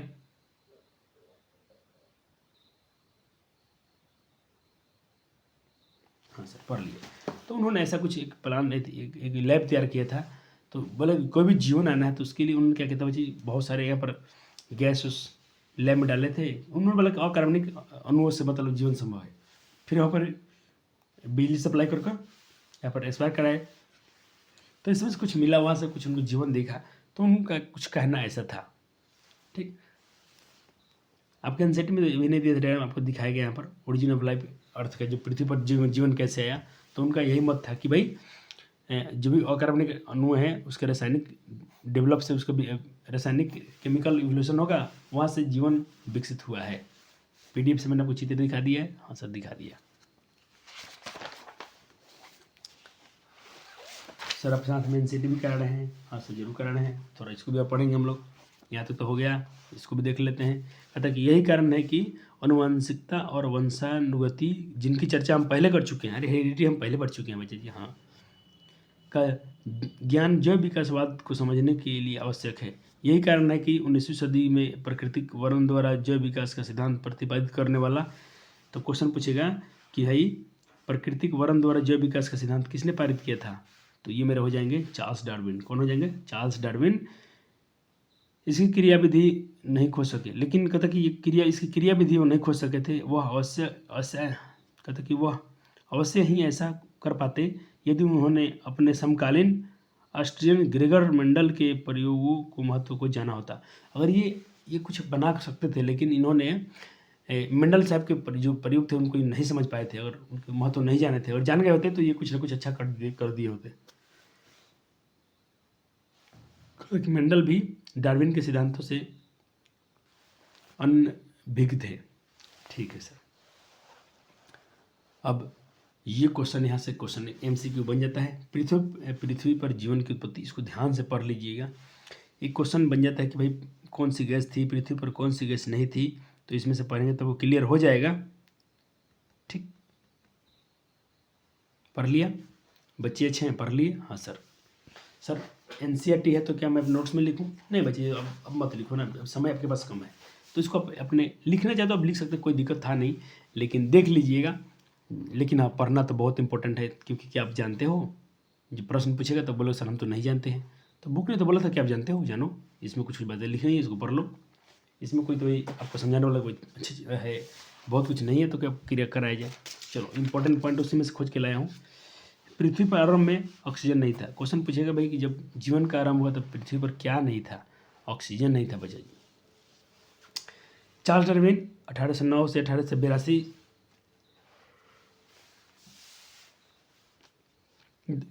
में दक्षिण अफ्रीका की 5 साल की यात्रा पर निकले थे। और प्रकृति चयन द्वारा प्रजातियों का विकास, प्राकृतिक वर्ण द्वारा जैव विकास, NCERT में क्या लिखा है? प्राकृतिक वर्ण द्वारा जैव विकास के विचार का प्रस्ताव रखे थे, लेकिन वह जैव विकास तंत्र की व्याख्या नहीं कर सका, क्योंकि अपने भारत के क्योंकि मंडल के प्रयोग को समझ नहीं पाए थे। चार्ल्स डार्विन ने जैव विकास का पिता भी कहता है।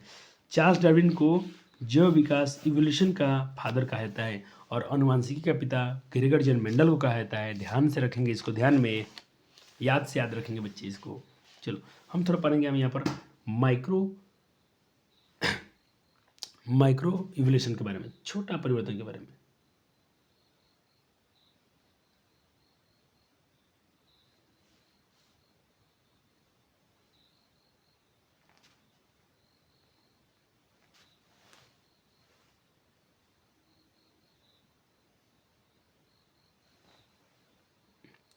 छोटा सा जैव विकास, हल्का सा जैव विकास। चलो, तो यहाँ पर पॉइंट है, अब थोड़ा यहाँ तक हम तो हो गया।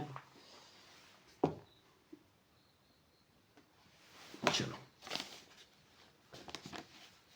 ये क्या कहता है जी? कहता है सूक्ष्म जैव विकास यानी माइक्रो इवोल्यूशन जो है बच्चा जी, एक प्रजाति में, या कहते हैं एक प्रजाति में ये छोटे और महत्वपूर्ण परिवर्तन जो पीढ़ी दर पीढ़ी जमा होते रहते हैं, संचयन होते रहते हैं, और एक सामान्य विशेषता के रूप में प्रकट होते हैं, उन्हें सूक्ष्म जैव विकास के रूप में जाना जाता है। आपको ये PDF से अच्छे समझ में आ जाएंगे। हाँ सर, चलिए समझते हैं।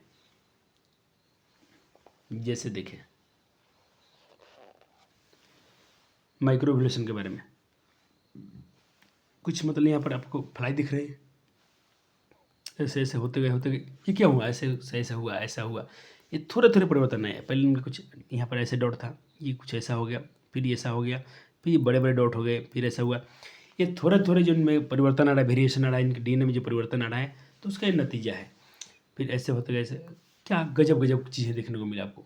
डॉग्स में देखें, कभी अपने ऐसे डॉग देखा, थोड़ा सा इनमें सब डॉग में एक ही जाती है, एक ही प्रजाति है, सब डॉग ही हैं, लेकिन इनमें थोड़ा देखें वेरिएशन कितना कितना है।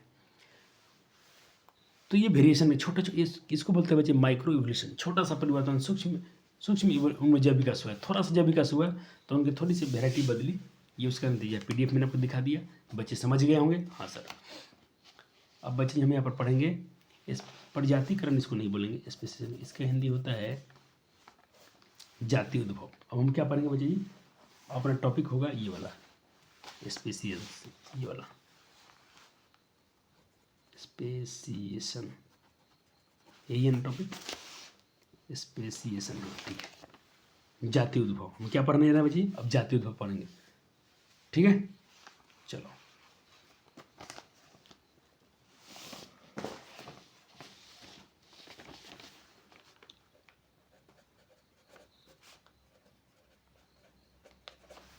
चलो, जाति उद्भव एक बार अपने नोट्स पर रहता हूँ, समझाता हूँ, समझ लेते हैं मिल के बच्चे हम लोग नोट्स को, फिर अपने एक बार NCERT तो पढ़ ही लेंगे, काम हो जाएगा, काम हो जाएगा।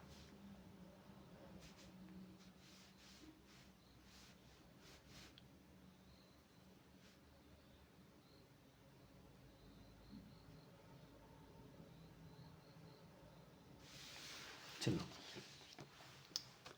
क्या कहता है ये, कहता है जीवों में एक समूह, जीवों का एक समूह जो समान विशेषताओं को साझा करता है और संतान पैदा करने के लिए एक दूसरे के साथ प्रजनन कर सकता है, ये प्रजाति उद्भव कहलाता है। क्या कहलाता है जी, ये प्रजाति कहलाता है। सर प्रजाति क्यों बोला? सर बोलना जरूरी है ना। मैंने बोला कि यहाँ हाथी की प्रजाति है और यहाँ घोड़े के हैं, क्या ये दोनों आपस में रिप्रोडक्शन कर सकते हैं? क्या नहीं कर सकते हैं सर। तो वही तो बोल रहा हूँ कि एक दूसरे के साथ प्रजनन कर सकता है, वो प्रजाति क्या लगेगा? बोलेंगे भाई इसका यही स्पीसीज है, सेम स्पीसीज है, सेम प्रजाति है। जैसे मानव में, गाय में उनकी प्रजाति, बकरी की अलग प्रजाति, सारे प्रजाति अलग है। तो ये समूह, लेकिन सर ऐसा इसको समझने के लिए ऐसा क्यों हुआ होगा, प्रजाति कैसे बन गए होंगे, थोड़ा इसको हम देखते हैं PDF के माध्यम से। अब थोड़ा सा इसको और पढ़ लेते हैं। प्रजातिकरण कहलाता है, 3 पॉइंट हो गए, 3 पॉइंट पर लिखवा देता हूँ आपको। चलो 1 पॉइंट ये हो गया, ये दूसरा पॉइंट, ये तीसरा पॉइंट, तीनों पॉइंट लिखने के बाद PDF से दिखाऊंगा, PDF को दिखाऊंगा, चिंता मत कीजिए। चलो, जब विकास के दौरान जब एक नई प्रजाति का निर्माण होता है तो हम जाति उद्भव कहते हैं। इवोल्यूशन के एक नया प्रजाति का निर्माण हो जाएगा, उस हम जाति उद्भव बोलेंगे। सर नई जाति का जन्म हुआ कैसे, इसको हम पढ़ने PDF में समझाऊंगा आपको। कहते एक बार नई प्रजाति बनने के बाद जीव केवल उसी प्रजाति के साथ जन्म कर सकते हैं, रिप्रोडक्शन कर सकते हैं। एक नया प्रजाति कोई भी बन गया, मान लो तितली बन गई तो तितली से ही करेगी, वो हो सकता है बनिए किसी और से, किसी अलग प्रजाति से बन जाएगी, ये बात अलग है, लेकिन वो जब रिप्रोडक्शन करेगी तो अपने ही स्पीसीज से करेगी, अदर से नहीं करेगी। तीनों पॉइंट्स हो गए। अब चलिए इसका मैं आपको एक दिखाता हूँ प्यारा सा डायग्राम, आपको यहाँ समझ में आएगा, इसको जरूर बनाइएगा, फ्लो चार्ट आपको क्लियर करेगा बातें को। देखो स्पीसीज कैसे बनी होंगी, इसको समझे। मैम ने क्या समझाया, कहता कि मान लो कि ऑर्गेनिज्म पॉपुलेशन, एक आबादी थी, ठीक है, कुछ वेरिएशन आया तो इसके कलर कैसे हुए, ग्रुप 1 में कुछ नीले नीले हो गए, ठीक, ऐसे स्पीसीज हो गए। हाँ सर, फिर इसी में से कुछ वेरिएशन आया, वेरिएशन मतलब विविधता आई, DNA में चेंजेस आया तो ग्रुप 2 कैसा बन गया, ऐसा स्पीसीज बन गया, ठीक, अलग अलग, दोनों ही अलग अलग बन गए, ग्रुप 1 और ग्रुप 2 अलग हो गए, ठीक सर। लेकिन क्या दोनों सर, ये वाले और ये वाले cannot reproduce with each other, ये आपको पूरा इंग्लिश में लिखना है जितना इंग्लिश में लिखा गया है, मैं इसको हिंदी समझा रहा हूँ। ये दोनों जाति अलग बन गए, इनसे चेंज आया, कुछ ऐसे बन गए, कुछ ये ऐसे बन गए, ये दोनों आपस में रिप्रोडक्शन नहीं कर सकते हैं, ये आपस में रिप्रोडक्शन नहीं कर सकते हैं, इसी को हम लोग कहते हैं स्पेसिएशन, जाति उद्भव। क्या बातें क्लियर हुआ बच्चा लोग? बातें क्लियर हो गया प्यारे मेरे प्यारे वालों को? हाँ सर, नोट्स बन गया, फ्लोचार्ट बन गया? हाँ सर बन गया। ये वाला देखें बच्चे जी, एक और एग्जाम्पल देखें।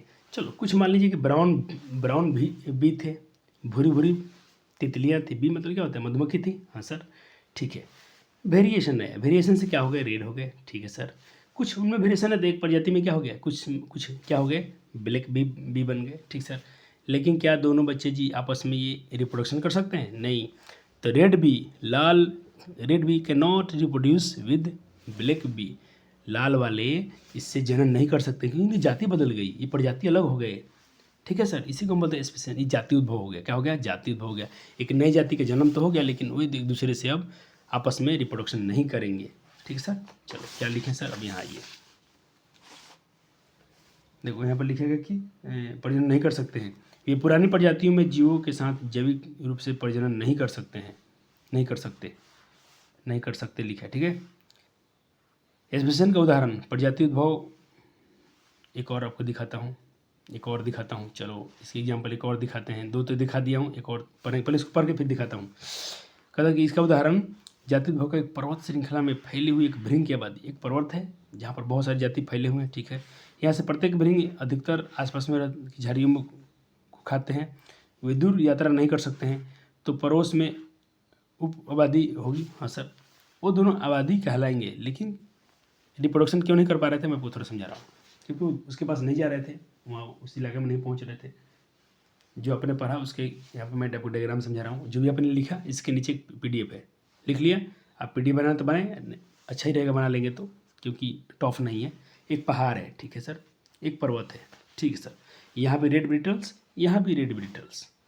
समस्या क्या है, यहाँ पर पर्वत है, ये वाले ब्रिटल्स इधर नहीं जाते हैं दूरी होने के कारण, ये ब्रिटल्स यहीं पर रहते हैं, यहीं पर खाते हैं, यहीं बच्चे पैदा करते हैं, यहीं पर मर जाते हैं, ठीक है सर। ये वाले भी यहीं पर रहते हैं, इसी पहाड़ी इलाके में रहते हैं, इतना ही दूर में रहते हैं, खाते हैं पीते हैं, रिप्रोडक्शन करते हैं, बच्चे फिर जन्म लेते हैं, मर जाते हैं, ठीक है। तो ये दोनों बच्चा जी चाहे तो रिप्रोडक्शन कर सकते थे, जाति सेम है, लेकिन गए नहीं कभी, तो ये कहलाएंगे, तो ये सब पॉपुलेशन उपजाति कहलाएंगे। ये कहलाएगा इसका उपजाति, ये कहलाएगा इसका उपजाति। पढ़ते हो कप्तान उप कप्तान, हाँ दोनों हैं, दोनों जाति सेम है यहाँ पर, लेकिन सब तो हम बोलेंगे ये सब पॉपुलेशन ए है, इसको बोलेंगे सब पॉपुलेशन बी है। ये पीडीएफ को थोड़ा जल्दी बनाइए इसको, ये इंपॉर्टेंट है। देखो बच्चे क्या होगा, जब इस चित्र देखोगे ना, आपको टॉपिक रटना पढ़ना नहीं पड़ेगा, आप समझ गए, ओहो ये वाले यहीं पर रहते थे, खाते पीते थे मर गए थे, ये वाले यहीं पर खाते थे पीते थे मर गए थे, तो ये वाले एक दूसरे के अपेक्षा कहलाएंगे। ये सब पॉपुलेशन ए कहलाएगा, उपजाति 1 कहलाएगा, ये उपजाति बी कहलाएगा। दोनों एक ही प्रजाति हैं, लेकिन ए बी नाम दिया गया क्योंकि दोनों ने कभी आपस में रिप्रोडक्शन नहीं किया है, इसलिए। Okay sir, clear, done done done बना लिया। उसके नीचे पढ़ते हैं क्या है सर। कहते हैं यहाँ यदि आप ध्यान दें तो एक आबादी दूसरी आबादी में प्रवेश करता है और उसी आबादी के जीवों पर साथ प्रजनन करता है।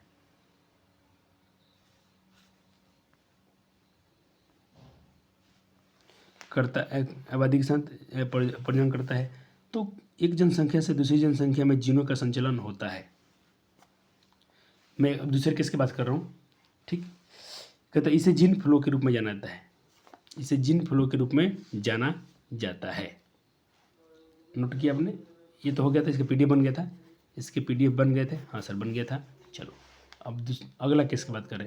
कहता है यदि आप यहाँ ध्यान देते हैं तो भाई एक आबादी दूसरी आबादी में प्रवेश करता है तो और उस आबादी के जीवों के साथ प्रजनन करता है, तो एक जनसंख्या दूसरी जनसंख्या के जीनों का संचलन होता है, इसे जीन फ्लो के रूप में कहा जाता है। कहता यह संभव था क्योंकि आबादी केवल आंशिक रूप से अलग हो गई थी, पूरी तरह से अलग नहीं हुई थी।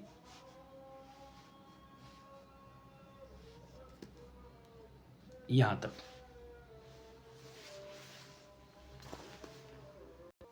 चलो थोड़ा इसमें और पॉइंट पढ़ते हैं बच्चे जी। और पॉइंट क्या है, कहता है यह देखो जीन फ्लो का रहता है, आपको एक डायग्राम दिखाऊंगा बहुत क्लियर हो जाएगा। यह संभव था क्योंकि आबादी केवल आंशिक रूप से अलग थी, ठीक पूरी तरह से नहीं। यह नदी ने आबादी को और भी अलग कर दिया, आबादी को और भी अलग कर दिया। चूँकि अलग अलग आबादी के व्यक्ति आसानी से मिलन नहीं कर सकते, इसलिए उनके बीच जीन का प्रवाह कम हो जाएगा, उनका जीन एक दूसरे में जा रहा था, जब फ्लो हो रहा था वो कम हो जाएगा। तो यहाँ देखो चित्र लिखा हूँ क्लास में, जो पिछले सप्ताह है तो आपको दिखाता हूँ, आपको बहुत फील आ जाएगा। यहाँ पर देखिए किस कहानी की बात हो रही थी, इस कहानी की बात चल रही थी यहाँ पर। क्या क्लियर दिख रहा है बच्चे? हाँ दिख रहा है। देखो क्या था, मतलब यहाँ पर देखो अलग है, कुछ प्रजाति यहाँ पर सब थोड़े अलग अलग हैं, लेकिन मान लो कि इनका था यहाँ पर, तो ये आपस में आंशिक रूप से अलग थे, थोड़े दूर पे थे, तो ये जगह इनसे रिप्रोडक्शन कर लिए। ये वाले भी थे, यहाँ पे ग्रीन था, ये जगह कभी आपस में रिप्रोडक्शन कर रहे थे, तो इनकी जातियाँ यहाँ बन रही थी। लेकिन ये लोग कहीं जाते गए, अचानक बीच में एक नदी पैदा हो गया, बीच में एक नदी आ गई, एक रिवर आ गई, इससे क्या हो गया, ये थोड़े अलग हो गए, ये थोड़े अलग हो गए। तो बच्चे यहाँ पर ऐसा नहीं, अब देखो ये आपस में अब इनको रिप्रोडक्शन करना थोड़े दूर हो गए, लेकिन यहाँ कुछ बच गए थे, तो ये आपस में रिप्रोडक्शन कर रहे होंगे, ठीक। ग्रीन वाले का भी कोई मिल गया तो ये भी थोड़ा कर रहे थे, थोड़ा थोड़ा रिप्रोडक्शन देखा गया। तो ये एक ही प्रजाति हैं, सब एक ही प्रजाति के थे, थोड़ा सा इनके जीन में परिवर्तन आया था, लेकिन ये लोग अपने में रिप्रोडक्शन करते करते तो इनकी संख्या बरकरार रही। अब फिर क्या हुआ कि ग्रीन वाले का मान लो मिलता है क्या, तो ग्रीन वाले ये बच्चा पैदा किए, अब इनके कहीं जोड़ा इधर सब बिछड़ गए, इनके जोड़ा नहीं, इसको नहीं मिला, तो अचानक सिर्फ इधर हैं तो सब जीन वाले हरे हरे रह गए, ग्रीन वाले इधर क्या हुआ, थोड़ा अलग प्रजाति वाला रह गया। तो इसमें सिर्फ क्या हुआ, जीन का फ्लो कम हो गया। क्यों? क्योंकि यहाँ पर थोड़ा रिवर ने ऐसा कर दिया। ऐसे यहाँ नहीं बोलेंगे कि यहाँ जीन फ्लो नहीं हुआ है, जीन फ्लो सिर्फ कम हो गया, सिर्फ नदी कारण, तो इसीलिए थोड़ी जाति सब तो नहीं दिख रहा, लेकिन कुछ दिख रहा वेरिएशन आपको बन गया। यहाँ तक हो गया? हाँ सर हो गया। चलो अब जाति अपना टॉपिक चल रहा है स्पेसिएशन यानी जाति उद्भव। चलो यहाँ पे टॉपिक पॉइंट 1 की बात कर रहे हैं ये वाला। कहता अब तीसरी स्थिति, अब तीसरा केस कोई लेंगे, दो केस लिया था ना, एक पर्वत वाला लिया था, एक नदी वाला ले लिया। अब तीसरी हम स्थिति की बात करते हैं, तो यहाँ जनन के दौरान या आंशिक बहाव के कारण आबादी एक नई किस्म की पेश की गई थी। चीन ने कौवों की जगह आबादी में भेड़ियों के प्राकृतिक चयन को बदल दिया था। हाँ सर बदला था। इस प्रकार अनुवांशिक बहाव जो अनुवांशिक जो उनका ट्रांसफर हो रहा था एक दूसरे में, प्राकृतिक चयन के परिणाम स्वरूप भृंग 2 की आबादी हुई, जो एक दूसरे से भिन्न है और मिलने पर भी यह प्रजनन करने में समर्थ है। जब जाति अलग बन गई, एक दूसरे से भिन्न हो गए, तो अब जनन नहीं कर सकते हैं, ठीक, वो एक दूसरे से रिप्रोडक्शन नहीं कर पाएंगे, असमर्थ हैं।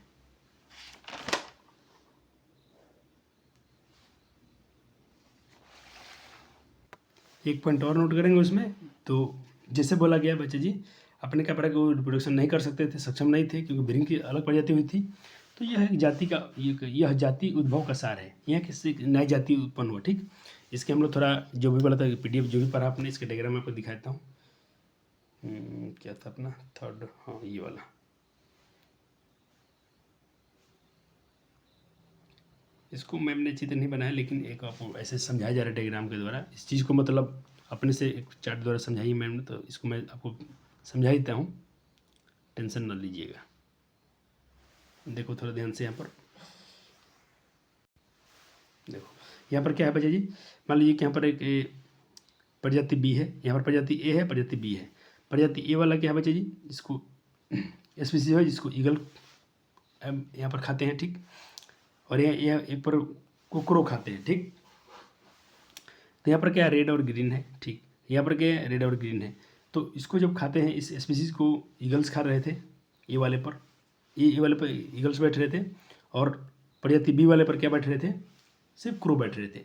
तो अपने पढ़ा था कि ईगल्स के बच्चे आंखें तो तेज होती हैं, ये तो दोनों खा सकते हैं। ये तो ये R वाले को भी खाएंगे, रेड वाले लाल भृंग को भी खाते थे, खा सकते हैं, चील की आंखें तेज होती हैं, और ग्रीन हरा दोनों खा जाएगा। लेकिन कौवा में क्या था, कौवा तो सिर्फ किसको खाता था, रेड वाले को, सिर्फ रेड खाता था। तो रेड वाले खत्म हो गए, खाली यहाँ पर क्या बचेगा, एक ये प्रजाति बचेगी इसकी, इसमें का। तो अब ये वाला और ये वाला आपस में बजे रिप्रोडक्शन नहीं कर पाएंगे, क्योंकि एक नया प्रजाति बचा है, क्योंकि एक खाते गए सिर्फ वहाँ से ग्रीन बच गया। ठीक, और यहाँ तो बचे जी भाई दोनों को ईगल खाएंगे। ठीक, और यहाँ पर जो जाति बच जाएगा, एक सिर्फ ग्रीन वाला बचेगा। अब यहाँ से कभी जाति ये वाला जाए तो इससे रिप्रोडक्शन नहीं कर सकता है, सक्षम होगा। तो एक जाति उद्भव का एक एग्जाम्पल है ये।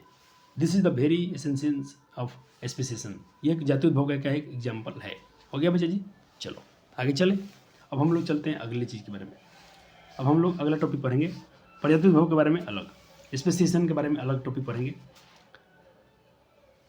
आपकी बुक में बहुत सारा पॉइंट दिया है, जितना पढ़ रहे सब बुक का ही लाइन है, लेकिन इसमें थोड़ा छोटे छोटे पॉइंट बना दिया गया, तो बीच में आपको थोड़ा PDF दिखाता हूँ, ताकि आपको ऐसा बोर ना हो। अब थोड़ा इसको पढ़ो ना, आपको क्लियर हो जाएगा। अब पढ़ जाते उद्भव, अब वीडियो रोक के आप इसको पढ़ सकते हैं, पढ़िए, रटना नहीं पड़ेगा, जितना आपको पढ़ाया जा रहा है सब इसमें है। देखो इसमें कितना बोर हो जाता है पहले पढ़ते तो, लेकिन मैम के पढ़ाने के बाद आप देखो आप कुछ भी पढ़ सकते हैं। अब आप सबको दिमाग में जा रहा हो ये जो मैं टॉपिक पढ़ा वही सब है। चलो रिकॉर्ड कर रहा हूँ, अब पूरा पढ़ ही लेंगे इसको। तो मुझे छोटा सा 5 बच गया, इसको मैं अभी तुरंत क्लियर कर रहा हूँ। चैप्टर बचा जी बहुत लंबा होता है ये, इसको तो ऐसे तो नियम है कि 2-3 दिन पढ़ाना चाहिए, लेकिन हम 1 शॉट में इसलिए लेकर रहा हूँ कि आपके उतना इंपॉर्टेंट बोर्ड के लिए होता नहीं है, कम होता है, लेकिन हाँ आगे फ्यूचर के लिए ठीक रहेगा। कभी आपको साइंस लेना है तो भाई वहाँ तक काम आएगा ये सब। चलो, अब तक अन्य संभावित तरीकों से एक जाति उद्भव हो सकता है। अन्य तरीके से जैसे DNA में परिवर्तन के कारण परिणाम स्वरूप गुणसूत्रों की संख्या में परिवर्तन हो जाता है, इसीलिए जनन कोशिकाएं आपस में नहीं जुड़ सकती हैं। ये भी हो सकता है कि जाति अब नहीं जुड़ेगा तो जाति उद्भव एक नई जाति बन गया। हाँ सर, नई अनुवांशिक विविधता जिसके कारण परिणाम स्वरूप हरे रंग की मादाएं केवल हरे नर के साथ मिलती हैं, लाल जो रंग थे सिर्फ लाल मादाएं नहीं थी, कहते लाल नर के साथ लाल मादाएं नहीं। इसके परिणाम स्वरूप हरे भृंग की संख्या में और वृद्धि हो जाती है। और कोई वेरिएशन आ गया तो कभी लाल का ही लाल से न मिली जाती अलग हुए, तो कभी ऐसा होता है जीन में परिवर्तन हो गया तो जीन मैच नहीं करा तो रिप्रोडक्शन नहीं कर पाएंगे, ये भी खासियत है, तो इसीलिए उसकी संख्या बढ़ती होगी। ठीक बच्चा जी, ऐसे प्रश्न दिए गए हैं, इनको प्रैक्टिस कर सकते हैं। ठीक है ये वाले।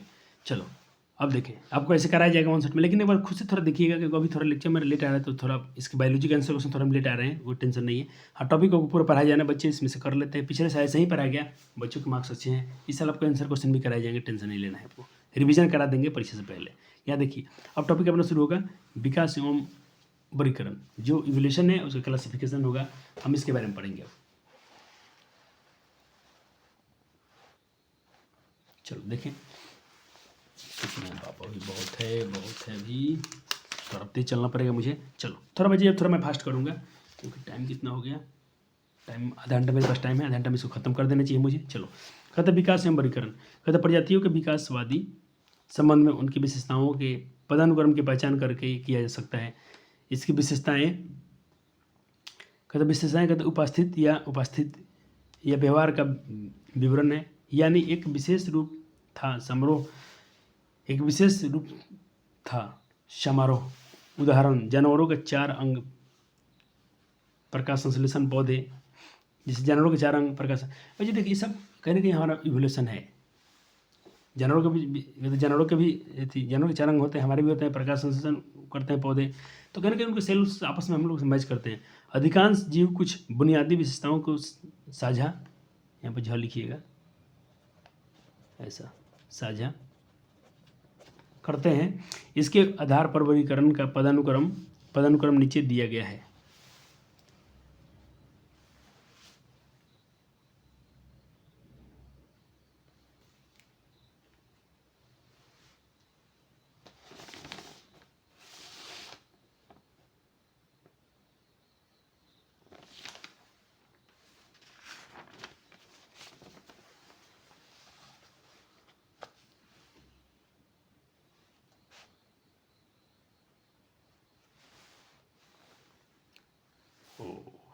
चलो बच्चे, एक देखो, इसको तो हिंदी में भी लिख दिया हूँ यहाँ पर, लेकिन मुझे थोड़ा सा अच्छा लग रहा है कि आपको नीचे दिया गया है, लिखे थे ना अपने, ये वाला है। ठीक है, मैं इसको भी आप देख लें। ऑर्गेनिज्म जीवों की कोशिका थी, फिर उसमें उसके क्या वास्तविक केंद्र विहीन, जिसमें केंद्रक नहीं थे, जिसमें प्रोकैरियोटिक बोलते हैं। यूकैरियोटिक में यहाँ पर क्या होता है बच्चे, जिसमें न्यूक्लियस होता है। आपने पढ़ा था 9th क्लास में, हाँ सर, इसमें न्यूक्लियस नहीं होता है, प्रोकैरियोटिक। ये वाले थे क्या, प्रोकैरियोटिक। और ये क्या था बच्चे जी, ये वाले क्या थे, यूकैरियोटिक। क्या था इसमें न्यूक्लियस था, केंद्रक था। और ये क्या होता है बच्चे जी, ये एक जो यूकैरियोटिक होते हैं बच्चे जी, ये सिंगल यूनिसेलुलर भी होते हैं और मल्टी सेलुलर भी होते हैं। ये कोशिकीय भी होते हैं, बहुकोशिकीय भी हो सकते हैं।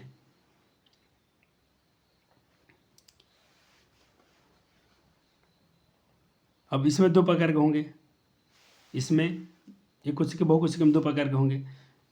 एक कोशिकीय तो हो गया, बहुकोशिकीय भी 2 प्रकार होते हैं। देखिए यहाँ पर लिख दिया हूँ कि बहुकोशिकीय, इसके टाइप बता दिए हैं 2। एक होंगे जो प्रकाश संश्लेषण कर सकते हैं, फोटोसिंथेसिस, और एक फोटोसिंथेसिस नहीं कर सकते हैं। तो जो प्रकाश संश्लेषण नहीं कर सकते हैं, जैसे जंतु, हम लोग आ गए, और इसके एग्जाम्पल में क्या दिया गया बच्चे, विद एक्सोलेटन के साथ और एक एंडोस्केलेटन के साथ। ठीक, ये फ्लो चार्ट है जाति उद्भव को समझने के लिए, जाति विकास समझने के लिए। ठीक, और हम पढ़ रहे हैं क्लासिफिकेशन ऑफ जंतुओं का। ठीक, अब इस फ्लो चार्ट को ऊपर दिखाए थे, एक बार और देख लीजिए, यही मैम का फ्लो चार्ट है। हो गया, चलो उसको दीदी थोड़ा ऐसे बना दिया है नीचे करके, आप दोनों में आपको दिखा दिया हूँ, जो आपको जमीन उस हिसाब से बना लीजिएगा। चलो अब विकास का वर्गीकरण हम पढ़ते हैं, क्लासिफिकेशन का वर्गीकरण। ठीक है, देखो, कहते यदि 2 प्रजातियों से में अधिक सामान्य विशेषता है तो वे अधिक निकटता से संबंधित है और उनका हाल सामान्य पूर्वज होगा। मैं आपको पीडीएफ भी दिखाऊंगा समझाने के लिए, थोड़ा आप इसके ऊपर पूरा पॉइंट समझ लीजिए। उदाहरण कहता है कि एक भाई और बहन में तत्काल सामान्य पूर्वज माता पिता हैं, लेकिन उनके चचेरे भाई बहन के सामान्य पूर्वज दादा दादी हैं। इसका प्रजाति का वर्गीकरण उनके विकासवादी संबंध को दर्शाता है। ठीक, पीछे की ओर बढ़ते हुए हम विकासवादी की शुरुआत में एक प्रजातिकरण का सामान्य पूर्वज तक पहुंच सकते हैं। यहाँ तक हो गया। अब यहाँ पे पीडीएफ दिखाइए, आपको मैं समझा रहा हूँ, पीडीएफ सब क्लियर समझ में आ जाएगा। जैसे देखें, मैंने कहा 2 लोग थे, इनसे माता पिता से जो बच्चे हुए कितने हुए, 1 2 3। ठीक, अब ये जो 2 ये थे और ये थे, ये दोनों आपस में क्या कि रिप्रोडक्शन किए, तो इनके बच्चे ऐसे आए। ठीक सर, इन्होंने किया, ये माता पिता ने किया, तो इनके बच्चे ऐसे हुए। ठीक सर, किसी के बाल में थोड़ा सा परिवर्तन दिख रहा है, हाँ सर दिख रहा है। उसके बाद क्या हुआ बच्चे, जब इनके बच्चे पैदा किए तो कुछ बच्चे ऐसे हो गए, देखिए थोड़ा गुलू मोटुल हो गए। फिर इनसे संतान आया, ये वाले, ये बच्चा पैदा किए तो कुछ ऐसे आए। ठीक, सब इनमें से ये अभी बेहतर है, ये दोनों फिर रिप्रोडक्शन, तो बच्चे ऐसे हो गए। तो इनसे अब जाके इनसे ऊपर जाओगे तो इनके हम पूर्वज का पता लगा सकते हैं। जैसे इसके एंसेस्टर कौन हो गए, इसके पूर्वज कौन था, इसके पूर्वज कौन हो गए, ये हो गए। ठीक, इसके पूर्वज कौन हो गए, ये हो गए। ठीक, फिर इनके पूर्वज, इसके पूर्वज कौन थे, ये लोग थे। इनके पूर्वज कौन रहे, ये रहे। ऐसे ही अब जाएंगे तो इनके पूर्वज, तो हम लोग बच्चे को जाते जाते उनके पीढ़ी के हम उनके पूर्वज का पता लगा सकते हैं। और ये सब क्या है बच्ची जी, ये प्रजाति कहते हैं कि ये जो शुरुआत में कहते हैं यहाँ पर लिखा था, जो विकासवादी है, जो उनका जो इवोल्यूशन हुआ है कि समय में शुरुआत में ही एक प्रजाति के सामान्य पूर्वज तक पहुँचते हैं। ठीक है, क्लियर है बच्चे जी, ओके। चलो अब हम पढ़ेंगे इस चैप्टर का सबसे महत्वपूर्ण टर्म, जो पेपर में 100% पूछेगा। मैं यहाँ पर लिख देता हूँ 100% एक क्वेश्चन बनेगा, लेकिन क्वेश्चन सुन लीजिए। क्वेश्चन क्या होगा आपके बोर्ड में, आपसे पूछेगा समझात अंक के बारे में या समरूप अंक के बारे में। समझात अंग या समरूप अंग। तो इसको पढ़ने से पहले जो भी अपन विकास और पढ़ा, चलिए इसी में आता है, थोड़ा एक बार रिकॉर्ड कर लेते हैं। आप थोड़ा इसको भी पढ़िएगा। आप सुंदर बालक है तो सुंदर बालक तो अच्छे ही होते हैं ना। आराम से धीरे धीरे समय मन में पढ़ना है, आराम से पढ़िएगा। कुछ बच्चे होंगे तो इसको, और आपको लगता है कि सारे विषय पर टॉप अच्छे हो गए हैं तो इसको थोड़ा 2 बार 3 बार रीड कर सकते हैं, कोई समस्या होगी नहीं।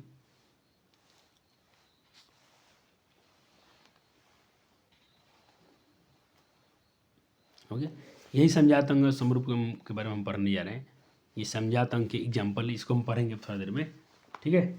चलो, पर डिफिनीशन नहीं आती। जब पूछेगा पेपर में समझात अंग किसे कहते हैं तो क्या लिखिएगा, वैसे अंग जिसकी उत्पत्ति एक समान होती है, जिसकी संरचना एक समान होती है, लेकिन उनका फंक्शन, उनका कार्य अलग अलग होता है, समझात अंग कहलाते हैं। देखने में समान होगा भैया जी, उसका जो उसका उत्पत्ति होगा ना, एक जैसे दिखने में थोड़ा ऐसा लगता है, हाँ स्ट्रक्चर सेम सेम है, लेकिन उनका कार्य अलग अलग होगा, वो कहलाएंगे समझात अंग। जैसे एग्जाम्पल देख लीजिए, मेढक का ये पैर, वो भी ऐसा ऐसा उसका पैर होता है ना, ऐसे ऐसे जो मुड़ा हुआ। हमारा भी हाथ कुछ है, छिपकली का भी देखना है, उसके पैर ऐसे होते हैं, ये चलती है। ये पक्षी के वैसे वो होता है ना पैर बच्चे जी, उसकी हड्डियाँ देखते होंगे। ये हम लोग का है ना पैर बच्चे जैसा। तो बच्चे देखिए स्ट्रक्चर तो सेम सेम दिख रहा है, लेकिन काम अलग अलग है। मनुष्य अपने हाथ से अलग काम करता है, ये लोग अलग काम करते हैं, ये अलग चलते हैं, पकड़ते हैं, तो कार्य अलग अलग है, लेकिन संरचना सेम है। इसको हम बोलते हैं समरूप अंग, होमोलोगस ऑर्गन। क्या बोलते हैं इसको बच्चे जी हम लोग? इसको हम बोलते हैं होमोलोगस ऑर्गन। सर आप इंग्लिश में क्यों पढ़ाते हो? क्योंकि प्यारे बच्चे मेरे, अब जाकर तुम इंग्लिश में ही पढ़ने वाले हो इसके आगे। हो गया? समझाता हूँ कि आपने समझ लिया?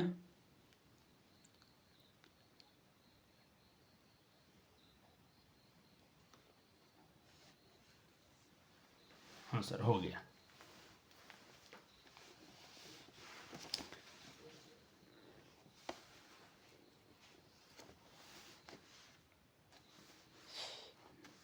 कुछ एग्जाम्पल दे दिया हूँ, जैसे पक्षी के पंख, मनुष्य के हाथ पैर, चमगादड़ के पंख, बैल, घोड़े के टांग, सभी के सिरों के समान संरचना, अलग कार्य होते हैं। संरचना समान होती है लेकिन कार्य अलग होते, अलग कार्य होते हैं। ठीक है सर? हाँ होते हैं सर जी, होते हैं।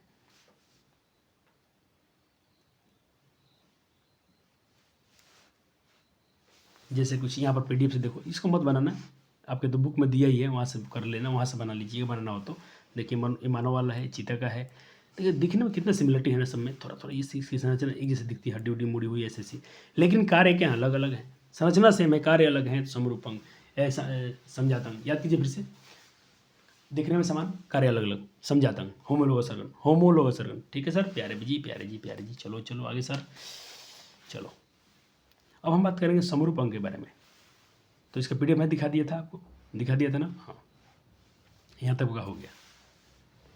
अब चलो अब पढ़ेंगे समरूप अंग। 2 ही क्वेश्चन बनेंगे आपसे, या भी 100%, या तो वो रहेगा ऊपर वाला, या इसमें से एमसीक्यू पूछ लेगा, या तो सब्जेक्ट में पूछ लेगा। लिखने पूछे तो डिफिनेशन लिख दीजिएगा।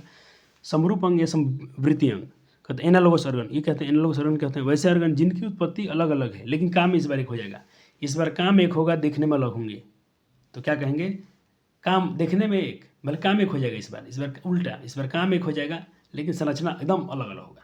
तो क्या कहलाएगा बच्चे जी? ये कहलाएंगे समरूप अंग, ये कहलाएंगे एनालोगस ऑर्गन। जैसे जैसे सेम फंक्शन डिफरेंट स्ट्रक्चर, उसको शॉर्ट में लिख दिया हूँ, सेम फंक्शन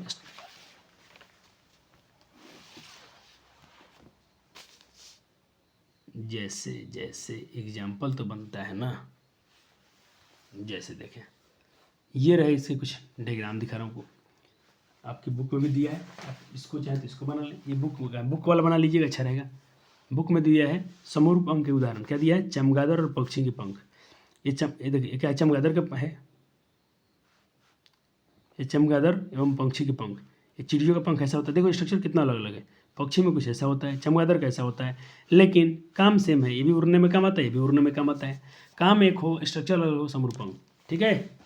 तो चलो यहाँ पे दिखाती हूँ, जो आपको डायग्राम बने, थोड़ा थोड़ा डायग्राम बना लीजिएगा, अपने बुक से ही बनाइएगा, चलेगा चलेगा चलेगा चलेगा पहले जी, चलेगा। उदाहरण, तितली के पंख और पक्षी के पंख, पेंगुइन और डॉल्फिन की फ्लिपर्स, और जिसमें मछली तैरती है, सब काम एक है, समय तैरना, लेकिन काम अलग अलग। शकरकंद यानी जो आलू होता है उसका जड़ और रूपांतरण आलू का तना, सब दोनों भोजन का भंडारण करते हैं, लेकिन काम एक है, लेकिन स्ट्रक्चर अलग अलग है। इसमें बहुत सारे एग्जाम्पल दे दिया हूँ ताकि आप जब ऑब्जेक्टिव पूछे तो बच्चे ऑब्जेक्टिव न फंसे। ठीक है, यहाँ तक लिख लीजिएगा। और चित्र तो PDF से आपको दिखा दिया हूँ, टेंशन तो मत लीजिएगा। और चित्र तितली वाला दिखा दिया हूँ, आप एक बार देख चुके हैं डायग्राम, समझ में टेंशन तो नहीं है। चलो अब हम जीवाश्म के बारे में पढ़ेंगे, फॉसिल्स के बारे में। फॉसिल्स जीवाश्म के बारे में यहाँ से क्वेश्चन एक बना हुआ था जी, इस बार पूछा गया था पेपर में आपसे। हाँ सर, चलो हम बात करते हैं पर बच्चे जी कि और सर पहले इसको हम पूरा पढ़वाएंगे कि नहीं पढ़वा देते हैं बच्चे जी को। रीडिंग के साथ में NCERT चलेगा ना आज। चलो आज तो NCERT साथ में चलेगा। हो गया, कर लिए, पढ़ लिए, रीड हो गया। हाँ सर, रीड हो गया। अब जीवाश्म पढ़ेंगे, उससे पहले इसको तो देखना जरूरी था ना।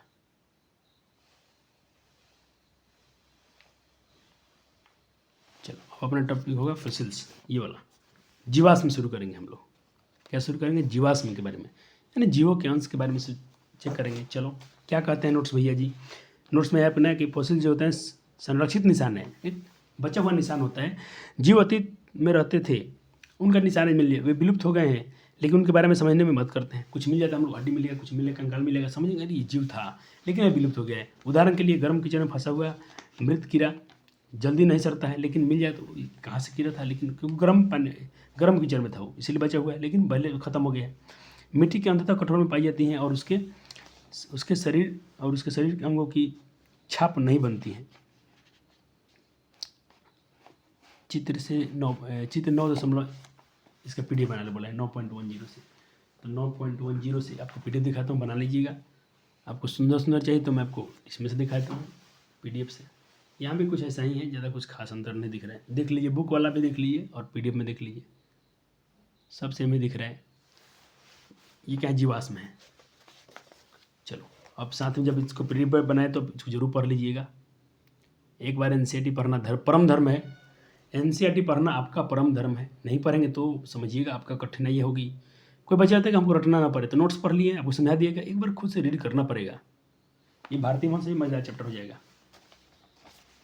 चलो अब देखो, इसको हम समझने के लिए बात करते हैं पर कहते जीवाश्मों की आयु अनुमान लगाने के लिए। जीवों की आयु कितनी थी, कितना साल पुराना होगा, इसके साल कितने होंगे, कितने साल से यहाँ पर जीवाश्म है, इसका हड्डी कितना साल पुराना होगा। तो इसका अनुमान 2 तरीकों से लगाया सकता है।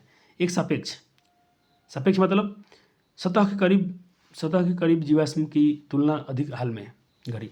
एक मान लीजिए हम कुआं खोद रहे हैं, मान लीजिए कि अपन धरती है, लेयर है, कोई जीव यहाँ मिल गया, कोई जीव यहाँ मिलेगा, तो हम कहेंगे ये जीव सबसे नीचे मिला है तो ये बहुत पुराना होगा, बहुत दिन से पड़ा है, ये बहुत पुराना होगा। ये जो ऊपर मिल गया ये कम दिन का होगा। ठीक, ऐसे मालूम चलेगा रिलेटिव से, सापेक्ष विधि से। और दूसरा, जीवाश्म एक ही तत्वों के विभिन्न समस्थानिकों के अनुपात का पता लगाना। चित्र PDF से है तो देखते हैं।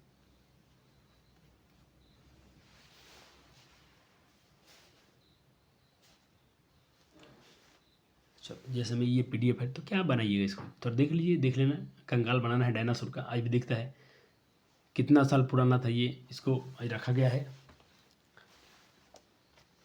चलो अब हम बात करेंगे टॉपिक अपना इवोल्यूशन बाय स्टेज। ये जो विकास हुआ है चरण दर चरण होता है, अचानक विकास तो होता नहीं है। वो कब से बात करते आ रहे हैं, जैसे आँख जैसे जटिल आँखों के विकास मध्यवर्ती चरणों की संख्या में का उदाहरण कि आँख के धब्बे एक फिटनेस में लाभ देते हैं। जैसे कि यहाँ पर प्लेनेरिया की बात हो रहा है, तो पहले आप इसको पढ़ लीजिएगा। यहाँ से क्वेश्चन बना था शायद इस बार, यहाँ से MCQ बन जाए तो आपको डर नहीं होगा, इसको जरूर पढ़ लेंगे आप। ये तो पढ़ लिया था अपने, जीवाश्म कहलाते हैं। हाँ सर, पीला बॉक्स तो हम छोड़ेंगे नहीं। MCQ में यहीं से ज़्यादा जम के, जितना खतरनाक बनेगा ऑब्जेक्टिव यहीं से बनेगा। चलो, और बुक में दिया है तो मुझे जरूर कोई काम का चीज़ है, नहीं तो देता नहीं। हम ऊपर क्या रहे हैं, अब हम पढ़ें विकास के चरण। क्या पढ़ रहे हैं? विकास के चरण। और बच जाएंगे, अभी थोड़ा है, टाइम तो खींचेगा आज, क्या किया जाए। 1 शॉट लेक्चर है बच्चे, थोड़ा टाइम तो लग जाता है, कोई दिक्कत नहीं है। आपको बार लेक्चर नहीं आना पड़ेगा। अब आपको इवोल्यूशन पढ़ने के लिए 5 लेक्चर नहीं देखने पड़ेंगे, एक ही लेक्चर में काम तमाम, और आपको टॉपिक कवर हो जाएगा, इतना गारंटी है। तो मध्यवर्ती धब्बे दिखना, ये वाला किसका है, तो यहाँ पर बना लीजिएगा ये वाला डायग्राम। इस नोट्स को लिखने के नीचे चित्र लिखा हो ना, चित्र 9.10 PDF से बनाइए, PDF से ये बना दीजिए। देखो इसका जो आँख है ना बच्चे जी, ये आँख नहीं धब्बा जैसा बन गया है, तो ये भी एक विकास का चरण है। दिखता है कि आँख है, लेकिन आँख का कार्य नहीं करता है। आपको पढ़ाया गया था वहाँ पर रिप्रोडक्शन रेस्पिरेशन, हम चैप्टर शुरू से हम पढ़े थे। चलो, साथ ही एक प्रजाति की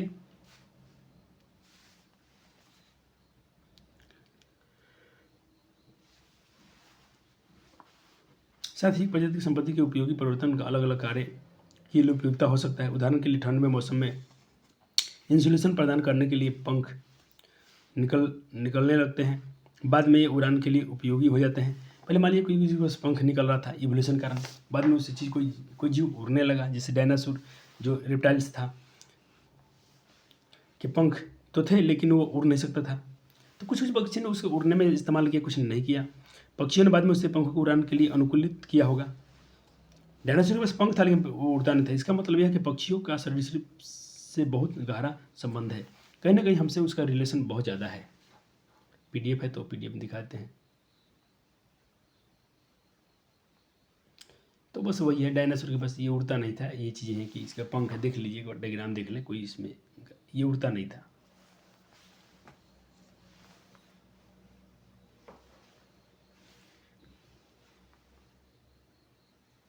और आपको बुक में भी बहुत सारे कुछ दिया है, तो ऐसे पढ़ लीजिएगा। ये वाला चीज़ देखना है आपको। ये सब चीज़ें आपको पढ़ते चलने हैं भैया जी, सारे चीज़ें आपको पढ़ने हैं, कुछ भी छोड़ना इसमें से नहीं है। हो गया? चलो,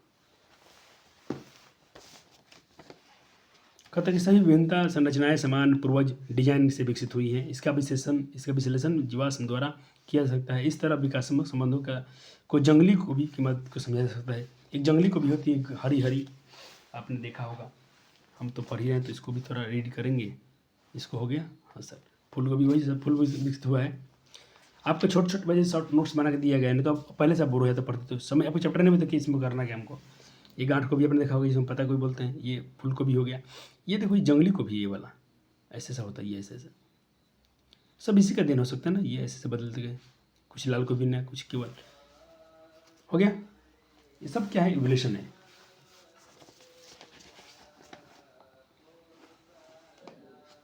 अब यहाँ पर बात करें बच्चे हम लोग कि मानव 2000 साल से भी पहले जंगली पत्ता गोभी की खेती शुरू की थी, और संचयन के जरिए आज उसके एक्युमुलेशन होते थे। आज अलग अलग सब्जियां पैदा की थी। यह प्रकृति के बजाय कृत्रिम चयन है। इसको आर्टिफिशियल बोला जाएगा, ये नेचुरल नहीं हुआ, इसको हमने चेंज किया है। ये सभी संरचनाएं एक ही पूर्वज की वंशज हैं। चित 9.13 वही पत्ता गोभी वाला को बनाना है, यहाँ पर देख लीजिएगा। सभी एक ही प्रजाति के हैं, एक ही इसके वंशज यही हैं, सब इसके बेटे बेटी हैं। थोड़ा आपको वहाँ एक बार PDF दिखाता हूँ, शायद मेरा यहाँ से भी वही डायग्राम है, यहाँ से कुछ खास देख लीजिएगा जो आपको जचता हो गया।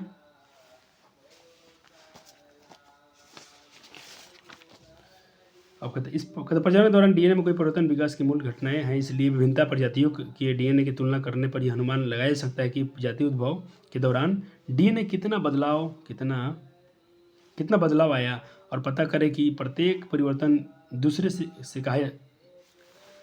कहाँ अलग हुआ है। इस विधि को आणविक जेनेटिक मॉलिक्यूलर कहा जाता है। आणविक, ये वाला टॉपिक है, आणविक जेनेटिक कहा जाता है। इसको तो पढ़ लीजिएगा। कहता क्लास 9th में पढ़ चुके हैं, कहाँ पढ़े थे आप 9th में? आप लोग 9th में पढ़ते कहाँ हैं? आप लोग 9वीं क्लास में तो कौवा समझ रहे, कौवा है, कूद जाओ, उड़ जाओ, बिना पढ़े उड़ जाओ, तो उड़ जा रहे कौवा। बाद में तो हो जाएगा खौआ पकौआ, उड़ जा काले कौआ, 10वीं में आके आपको कुछ ना बुझाऊगा।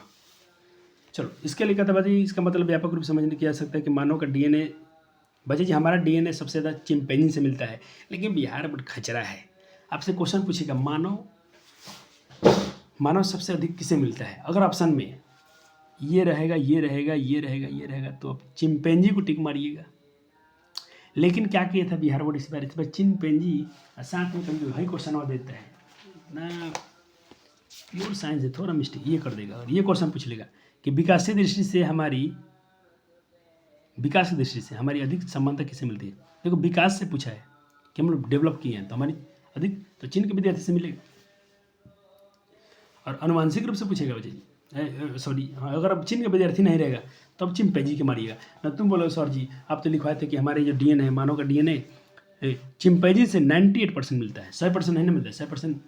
अरे आदमी से आदमी को मिलेगा, चिन का विद्यार्थी तो विद्यार्थी है ना, खाली चिन में रह गया है और क्या।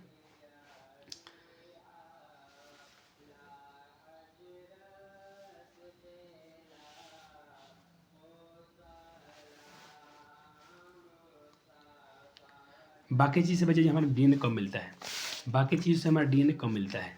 आपको पीडीएफ से दिखा रहा हूँ, देखिएगा। कोई विद्यार्थी है, ठीक, देखो चूहा से कितना मिलता है 92%, इससे मिलता है 44%। डीएनए, सिर्फ डीएनए की बात हो रहा है, लेकिन चिंपैंजी से मिलता है 98%। कितना? 98% मिल जाता है हमारा डीएनए।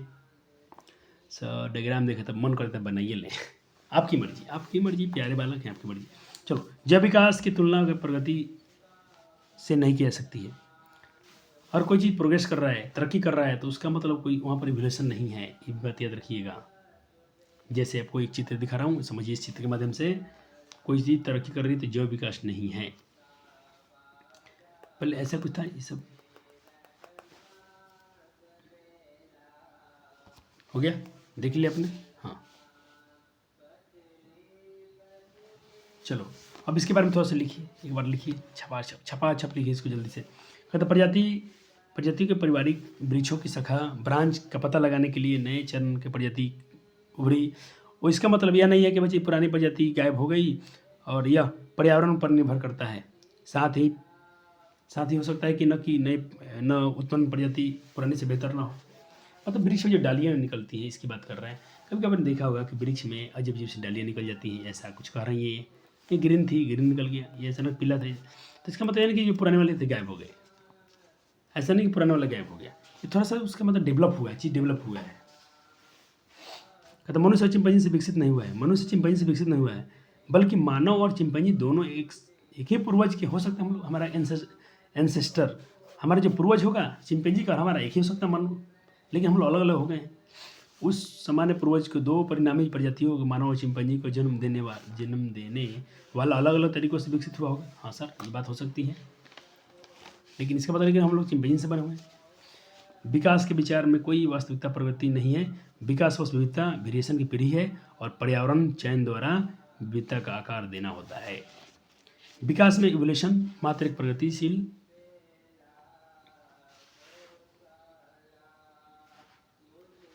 देखो भाई जी, यहाँ पर हम बात कर रहे हैं कि क्यों कहते हैं कि प्रोग्रेस विकास नहीं है। देखो ये इवोल्यूशन, ये विकास, ये evolution should not be equal to progress. ये प्रोग्रेस है, ऐसा कर रहे हैं, तो ये इवोल्यूशन नहीं कहलाएगा। ये इवोल्यूशन नहीं, प्रोग्रेस को हम लोग इवोल्यूशन नहीं बोलेंगे। चलो इसको लिख लीजिए जल्दी। हालांकि पुराने और सरल डिजाइनों को अभी भी मौजूद है। उदाहरण के लिए बैक्टीरिया झरनों में, थर्मल में, अंटार्कटिक में बर्फ में जैसे वो अवस्था में रहते थे। यानी मानव विकास का शिखर नहीं है, बल्कि विकासवादी प्रक्रिया में एक प्रजाति होंगे। अच्छा जी, अचानक मानव नहीं आएगा, कहीं ना कहीं पहले बैक्टीरिया होंगे, उन्होंने रिएक्शन किए होंगे, कोई जीव बना होगा, चला होगा मछली में, फिर उड़ा होगा, आते तो कुछ ना कुछ वेरिएशन आते थे, हम लोग मानव बने हैं। यानी मानव पहले तो नहीं था। चलो बात करते हैं यहाँ पर हम लोग अगले टॉपिक की, कि मानव विकास, जो ह्यूमन इवोल्यूशन जो है, मानव विकास का सभी प्रजाति का एक ही प्रजाति है। मानव प्रजाति का सबसे पुराना सदस्य हम लोग बचे, हमारा सबसे पुराना सदस्य होमो स्पेसियन अफ्रीका में विकसित हुआ। ये भी क्वेश्चन पूछा गया था बोर्ड में कि भारत मतलब मानव से मिलते तो पहले कहाँ मिले थे, तो अफ्रीका में मिले थे। मानव का उद्भव, ये क्वेश्चन पूछेगा, मानव का उद्भव कहाँ हुआ, तो आप इसी क्वेश्चन कहिएगा अफ्रीका में हुआ। कहाँ हुआ? पर अफ्रीका में होगा। मानव का वैज्ञानिक नाम क्या है? होमो स्पेसियन। हाँ सर, कोई दिक्कत नहीं, कोई दिक्कत नहीं, चलो छाप लो, नोट कर लो। और ऑस्ट्रेलियन तो बचा जी, एक पढ़ लो, थोड़ा सा बच गया है। वैसांग जिसका हमारे शरीर में तो है, लेकिन इसे कोई काम नहीं है, जैसे कि अपना अपेंडिक्स। ठीक है, एक क्वेश्चन कर लेते हैं इस पर। निम्नलिखित में कौन सा अवशेषी अंग मानव पाया जाता है? तो रीढ़ की हड्डी, अंगूठा, नाक। अरे अपेंडिक्स अपना अवशेष। समझात अंग उदाहरण दीजिए, सर समझात अंग में सब आ जाएंगे। कीटों के पंख और चमगादड़ के पंख किस तरह के अंग है? कीटों के पंख, चमगादड़ के पंख, अरे उड़ने में समान है, उड़ने में क्या है, सेम है, लेकिन काम एक है, संरचना अलग अलग है, तो इसको हम क्या बोलते हैं? समृद्धि अंग या समरूप अंग। समझाते नहीं बोलेंगे, होमोलोस नहीं बोलेंगे, ये तो भाई देखने में सेम होगा, लेकिन काम अलग अलग होगा। यहाँ काम सेम है, अरे पंख है तो उड़ने का ही काम आता है दोनों का, तो बस ये समरूप अंग होंगे।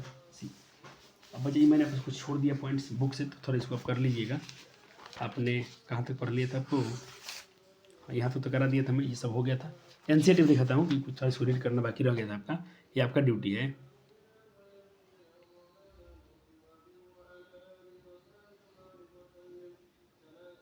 सब जितना नोट्स में है सब आपके बुक से पॉइंट बना के लिखा गया है। अब आपको बोरिंग नहीं फील आएगा, नहीं तो आप इसको पढ़ते ना खाली तो क्या सर इसमें नोट्स कैसे बनाए, क्या लिखे इसमें, कुछ नहीं बुझा रहा है। देखो ये क्वेश्चन पूछ लेते हैं क्या, फिर क्या हुआ है। मैं बोल देखो मैं एनसीईआरटी पढ़ने के लिए पढ़ रहा हूँ कि जब ऑब्जेक्टिव कुछ नया पूछेगा तो हमको मत बोलना। हमारा जो होता है ये होमो स्पेसिस मनुष्य का नाम होता है। अगर आप नहीं पढ़ेंगे, कुछ नया क्वेश्चन पूछ डाला तो हम तो बुक से दिखा देंगे कि बुक से पूछा है, क्योंकि बुक से क्वेश्चन बाहर जाता नहीं है। आपने क्या सीखा जरूर इसको पढ़ लीजिएगा, जरूर पढ़ लीजिएगा। इन अभ्यास के प्रश्नों को भी आप ट्राई कर लेंगे, अच्छा रहेगा, अच्छे रहेंगे, जरूरी है, क्योंकि आपसे क्वेश्चन अब हो जाएगा। वैसे भी चैप्टर में क्वेश्चन कम दिया गया है। चलो हो गया। अब जो आखिरी में कुछ एसएसटी वाले चैप्टर बच गए हैं ये वाले, तो इसको हम बायोलॉजी के अंदर ही ख़त्म कर लेंगे। जैसे ये चैप्टर बच गया अपना एक, तो ये तो हम फिजिक्स में ले जाएंगे इसको। अब देखिए जैसे हमारा पर्यावरण, इसको तो पढ़ना है बायोलॉजी में, इसको पढ़ना है केमिस्ट्री में, लेकिन आपको हम पढ़ा देंगे बायोलॉजी में ये दोनों। ठीक, ये दोनों चैप्टर हम करा देंगे आपको, टेंशन मत लीजिए। छोटे छोटे चैप्टर हैं लेकिन पढ़ना जरूरी है, थोड़ा सा इसलिए पढ़ने के सिस्टम में काम आ जाएगा। अरे सिस्टम में काम आ जाएगा, इसके लिए पढ़ लेंगे हम लोग, ऐसे भी सिस्टम पढ़े नहीं है तो इस दोनों चैप्टर को छोड़ेंगे नहीं हम लोग, पढ़ेंगे, सिस्टम में काम आ जाएगा। और साइंस में तो पूछता ही पूछता है, ऐसा नहीं कि नहीं पूछता है। सर इसके बाद क्या है, इसके बाद देखता हूँ क्वेश्चन वोश्चन है क्या आपके लिए, एमसीक्यू होगा ना, क्वेश्चन में कराएंगे आपसे।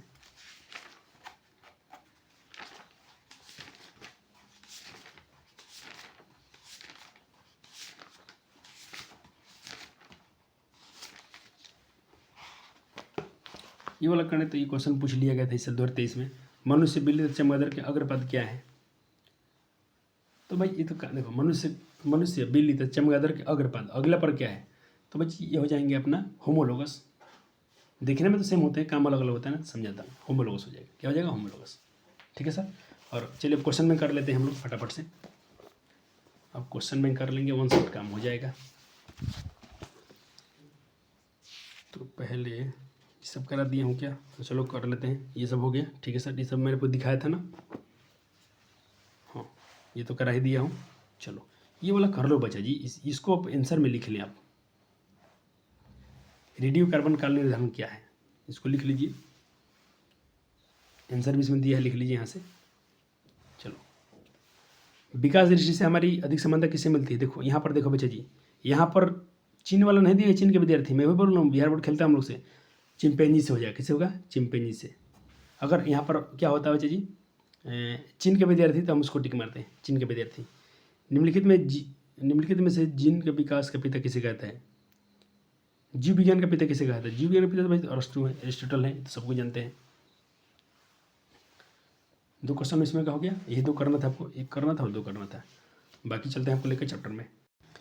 एक बार बालक जी हम पूरे चैप्टर का एक बार क्वेश्चन में कर लेते हैं।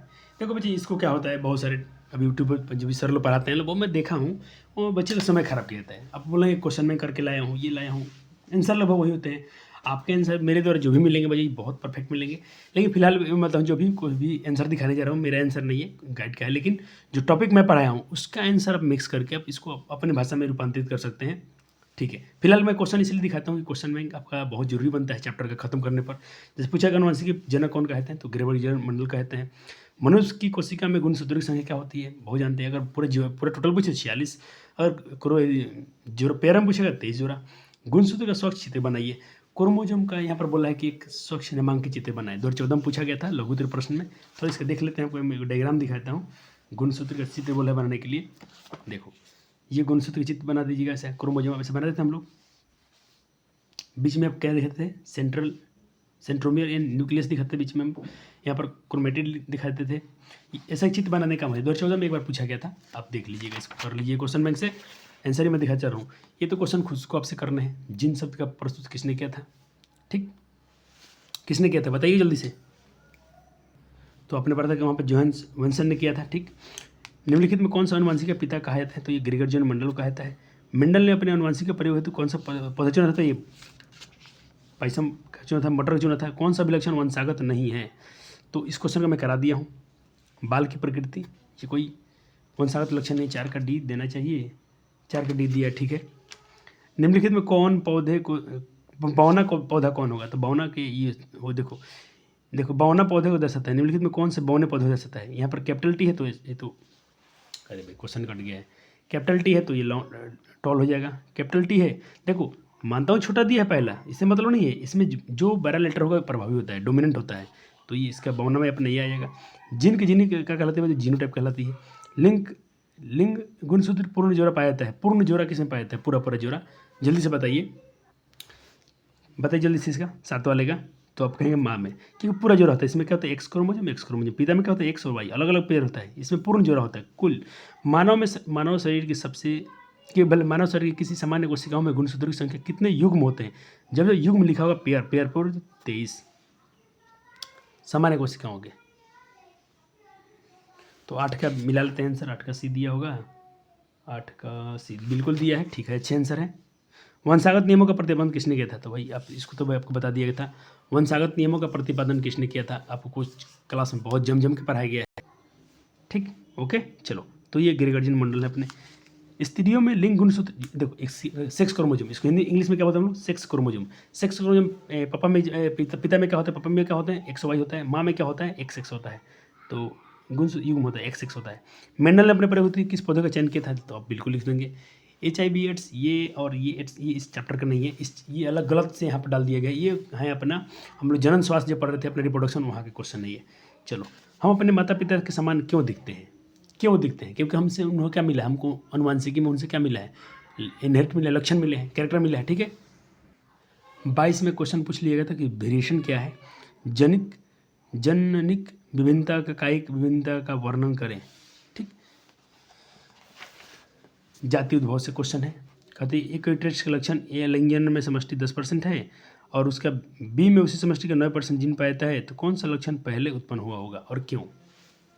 कहते हैं किसी लक्षण में ट्रेट लिंग जनन में एक्सेसरी प्रोडक्शन में 10% सदस्यों में पाया जाता है और उसी बी समष्टि की 9% जीवों में पाया जाता है, तो कौन सा जीव पहले आया हो, जल्दी से बताइए। इस क्वेश्चन को पूछ रहा है, ये 2011 में पूछा गया था। हमें कैसे कह सकते हैं कि जीवाश्म कितना पुराना है, तो कार्बन 12 से पता लगाते हैं। जीवाश्म क्या है, पादप हार्मोन क्या है, ये गलत क्वेश्चन है, इस चैप्टर का नहीं है। पादप हार्मोन हम कहाँ पर थे, कंट्रोल एंड कोऑर्डिनेशन चैप्टर में, ठीक है सर, ये वहाँ क्वेश्चन है, यहाँ इन्होंने गलती से डाला है। चलो, अब ये सब क्वेश्चन है, करके देखिए। प्रसिद्ध बुक द माइक्रोग्राफी किन के द्वारा लिखी गई है, तो इनको आप कहिएगा रॉबर्ट हुक के बारे में। मानव के आहार नल का औषधीय अंग क्या है, तो इसको हम आज कराए थे, अपेंडिक्स है। निम्नलिखित में कौन सा औषधीय अंग है, तो बिल्कुल अपेंडिक्स है। द ओरिजिन ऑफ स्पीसीज नामक पुस्तक किसने लिखी थी, ये बहुत इंपॉर्टेंट क्वेश्चन, इसको बहुत बार ज़्यादा पूछा जाता है, तो इसका आंसर क्या हो जाएगा, डार्विन, चार्ल्स डार्विन, ठीक है सर। समझात अंग क्या है, समझात अंग मतलब देखो, समझात होमोलोगस, कार्य अलग अलग, संरचना जैसा, हमारा हाथ और कुत्ते के पैर बिल्कुल एक जैसा होता है, दांत और हाथ, हमारे दांत हाथी दांत, ठीक है सर।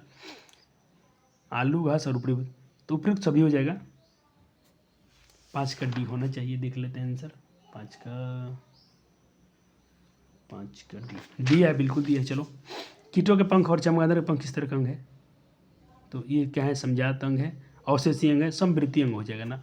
6 का सी होना चाहिए, 6 का सी, 6 का क्या है, क्वेश्चन फिर से पढ़ा जाए। कीटों के पंख और चमगादड़ के पंख, समवृत्ति, समझात अंग, अवशेषी अंग तो होगा नहीं, इन्होंने विकास और वर्गीकरण,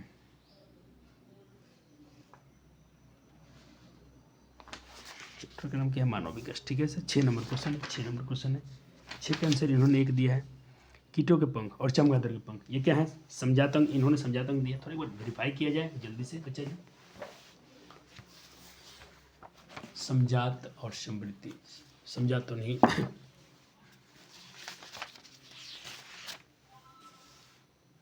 चमगादड़ और पक्षी के पंख, समरूप अंग है, कैसे अंग है, समरूप अंग है। कीटों के पंख और चमगादड़ के पंख किस तरह के अंग हैं, समझात तो नहीं होना चाहिए ना बच्चा जी, समझात कैसे हो, समझात मतलब तो होता है जैसे कार्य समान हो, कार्य अलग अलग हो, देखने में ऐसा हो। तो कीट के पंख भी उड़ने में काम आते हैं, चमगादड़ के पंख भी उड़ने में काम आता है, काम सेम हो गया तो इसको समझात, समरूप अंग बोलेंगे, समरूप, समझात तो नहीं बोलेंगे, समझात अलग होता है। समृद्धि। एक बार इसको थोड़ा हम देखें दूसरे पेपर से।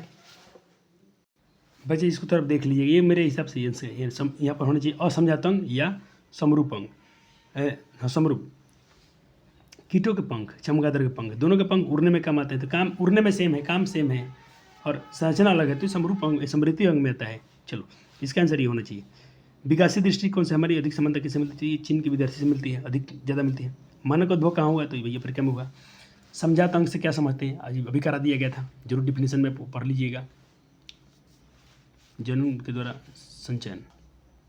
अच्छा ये हो गया उसके आंसर क्वेश्चन। ये चैप्टर खत्म होते हैं यहीं पर चैप्टर खत्म होता है। इतना ही आपको पढ़ना था चैप्टर में।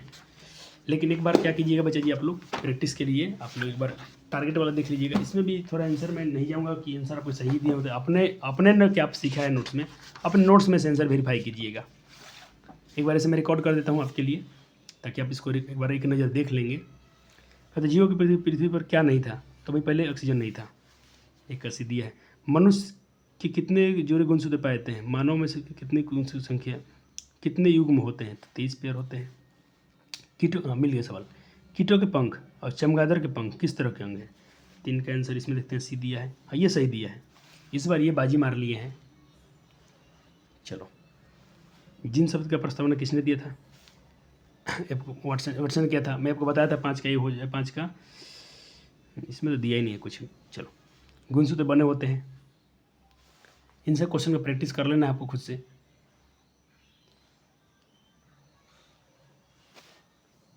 ये सही है। जिन शब्द किसने प्रस्तुत किया था? तो जॉनसन ने किया था। मलेरिया मच्छर पैदा करने वाले किस तरह के जल में पाए जाते हैं?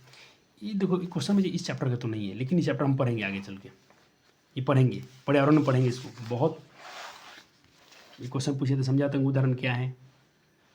विकासीय दृष्टि से हमारी अधिक समानता चीनी से मिलती है। बच्चों ये क्वेश्चन एकदम दौड़ रहा है। मेंडल ने मीटर का प्रयोग किया था अपने में। ठीक है सर, ठीक है ठीक है ठीक है। चलो, द्विसंकर में भाई हम पढ़ते, ये वाला आएगा।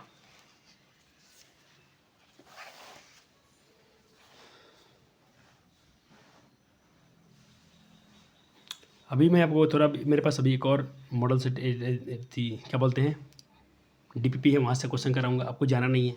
मैं बच्चे इस चैप्टर को यहीं पे ख़त्म इसलिए कर दूंगा आज इसके वीडियो में, ताकि वो बार बार लेक्चर मुझे शूट ना करना पड़े, खासकर इस चैप्टर के लिए।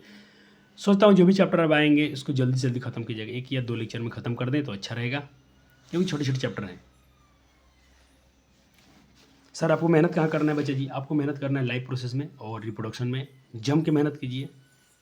चलो, यहाँ तक तो हो रहा है बच्चे जी इस चैप्टर के पीडीएफ खत्म, लेकिन ये वीडियो पर ख़त्म नहीं हो रहे। आपको मैं देने जा रहा हूँ इसके पीडीएफ्स। चलो, इसमें कुछ प्रश्न कराएंगे, पीडीएफ जरूर कीजिएगा। पूछ रहा है कि मेंडल के प्रयोग में जो स्मॉल टी था क्या दर्शाता है? ये क्या शो करता है भाई? तो ये तो क्या है, एक तो बौना है, बिल्कुल सही है। एक क्या है कि रिसेसिव है। कैसा कैरेक्टर है? रिसेसिव है ये। तो इसका बी और सी दोनों सही हो जाएगा। ठीक है सर। ये क्वेश्चन कहता है कि मेंडल के प्रयोग में प्रथम संतति वाले सारे पौधे क्या थे? सारे पौधे लंबे क्यों थे? तो इसका आंसर क्या हो जाएगा? ए और सी, क्योंकि लंबाई का लक्षण डोमिनेंट होता है, और सी वाला यानी बौने का लक्षण क्या होता है? अपरह होता है। ठीक है सर, ओके आगे बढ़ो। आपका ये प्रश्न कहता है, क्वेश्चन ये वाला क्वेश्चन कहता है कि कैपिटल टी और स्मॉल टी, कैपिटल टी और स्मॉल टी दोनों ही लंबे पौधे हैं, फिर भी इनमें विभिन्नता क्यों है? क्योंकि बच्चे ये क्या है, ये क्या है, ये है होमोलोगस। क्या है? होमोलोगस है। ठीक है, और शुद्ध संकरण है ये, होमोलोगस है। और ये क्या बच्चे जी? हेट्रोजाइगस है। कैसा है? ये होमोलोगस, ये और ये हेट्रोजाइगस, होमोलोगस और हेट्रोजाइगस। Okay sir. तो क्वेश्चन पूछ रहा है कि मेंडल का प्रथम नियम क्या था? क्वेश्चन ऐसे करा दिया गया, लेकिन रिवीजन में कम आ गया। उनका प्रथम नियम प्रभाविता का नियम था, जो इसमें से ऑप्शन में कहीं है नहीं, तो ऑप्शन में से डी कोई नहीं। ये क्वेश्चन है, जीव के वो आनुवंशिक लक्षण जो सब स्पष्ट रूप से दिखाई देते हैं उसे क्या कहते हैं? तो उसे हम लोग फिनोटाइप कहते हैं। जो दिखाई दे रहा है फिनोटाइप, जो नहीं दिखाई दे रहा है जीनोटाइप। वो सर अच्छे पढ़े हम लोग। हाँ सर। ये क्वेश्चन कह रहे हैं कि आनुवंशिक विभिन्नता का मुख्य कारक क्या है? आनुवंशिक विभिन्नता का मुख्य कारक क्या है? तो इसके ऑप्शन क्या हो जाएंगे बच्चा जी?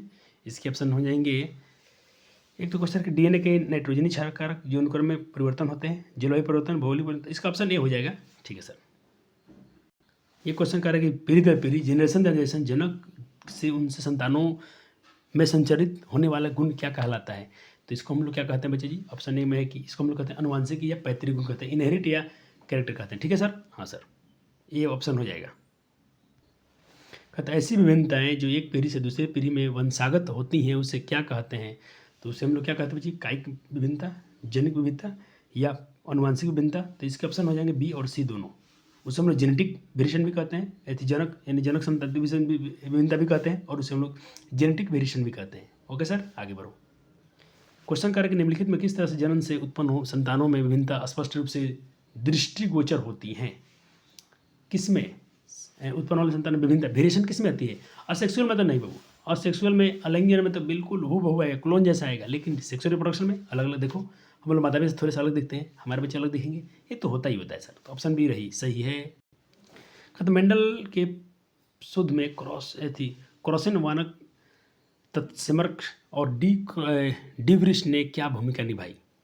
तो ये आपसे क्वेश्चन से थोड़ा एक्टिविटी से क्वेश्चन, तो इसका ऑप्शन सी हो जाएगा। ठीक है सर। मेंडल द्वारा प्रयोग की गई कौन सी विधि पूर्णतया नवीन थी? नया क्या था? तो इसमें थोड़ा सा मैथमेटिक्स लगाया था, क्रॉस जो बना था, रेशियो निकाला था, अनुपात, ये थोड़ा अलग था। पहली बार बायोलॉजी में किसी ने मैथ थोड़ा डाला था, हुए थे ये ग्रेगर्जन मंडल। आपसे क्वेश्चन कर रहा है कि कैपिटल टी और स्मॉल टी और शुद्ध स्मॉल टी से प्राप्त संतति का अनुपात क्या होगा? तो भाई आपसे बताया गया कि अनुपात हमेशा क्या आते हैं बच्चे जी? 3:1 में आते हैं। ठीक है सर। और जो 3:1 में आते हैं, लेकिन उनसे पूछा है कि संतति से अनुपात क्या होगा, तो इसका 1:1 में कहिएगा, क्योंकि इसमें कैपिटल टी और स्मॉल टी इसका अनुपात क्या है? तो पूरा क्रॉस दिखाता हूँ आपको। अब तो क्रॉस मारना सीख गए थे बच्चे जी, आपको क्रॉस मारना बहुत अच्छे सिखाया गया है। पहले आप क्या करते थे, इसका गेमेट तैयार करेंगे। ठीक है सर। ठीक, तो ये वाला हो गया, इसमें आप क्रॉस कराते थे उधर से। ठीक है, तो यहाँ पर क्या रहा है? Capital T small T, capital T small T, small T small T, small T small T. तो रेशियो क्या था भाई? 2:2 था। तो इसको जो काटोगे तो 1:1 आएगा, तो इसका ऑप्शन बी हो जाएगा आंसर।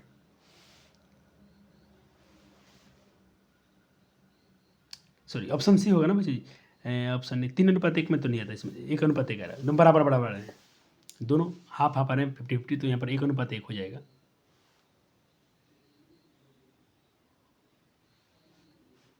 दिख रहा है क्वेश्चन पूरा? हाँ सर, चलो अच्छे क्वेश्चन है।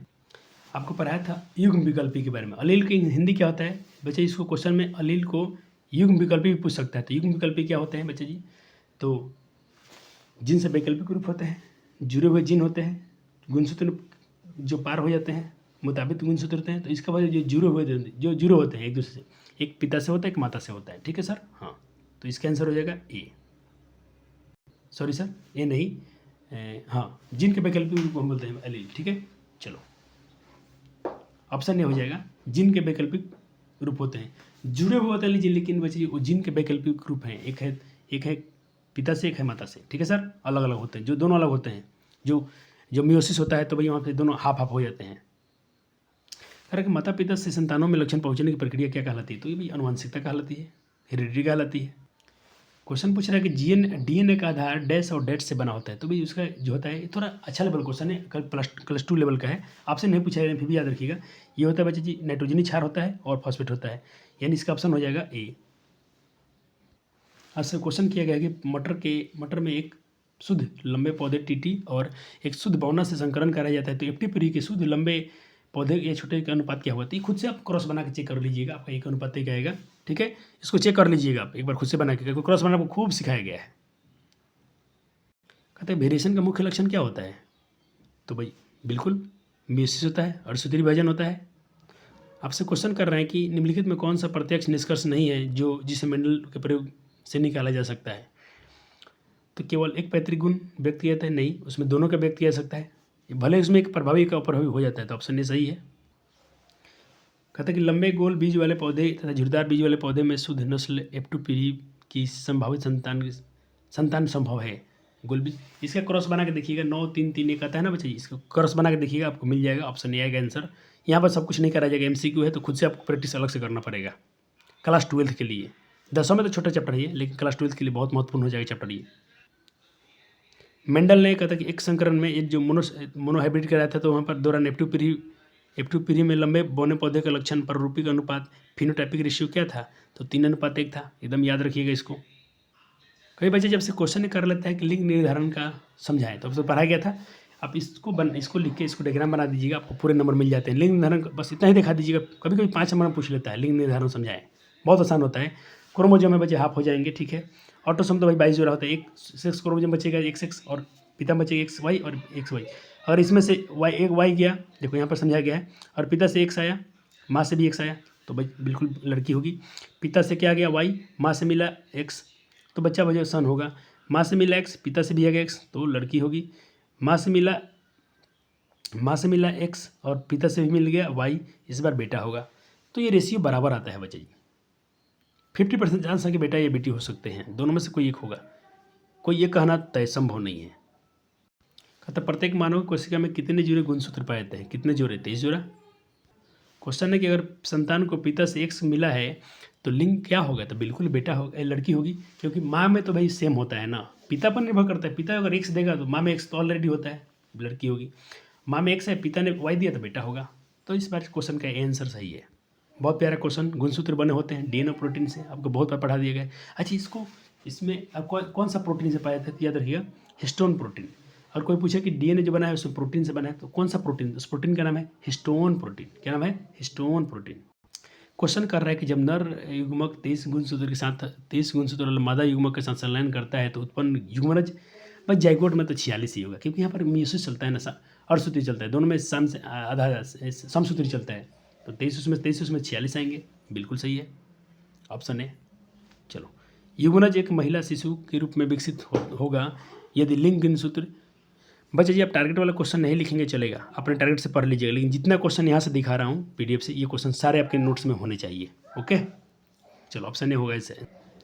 संतान का लिंग निर्धारण किस पर निर्भर करता है, तो पिता से, बिल्कुल। माँ पर तो कुछ नहीं, माँ का तो दोनों सेम होता है, समान होता है गुणसूत्र, पिता में अलग अलग होता है।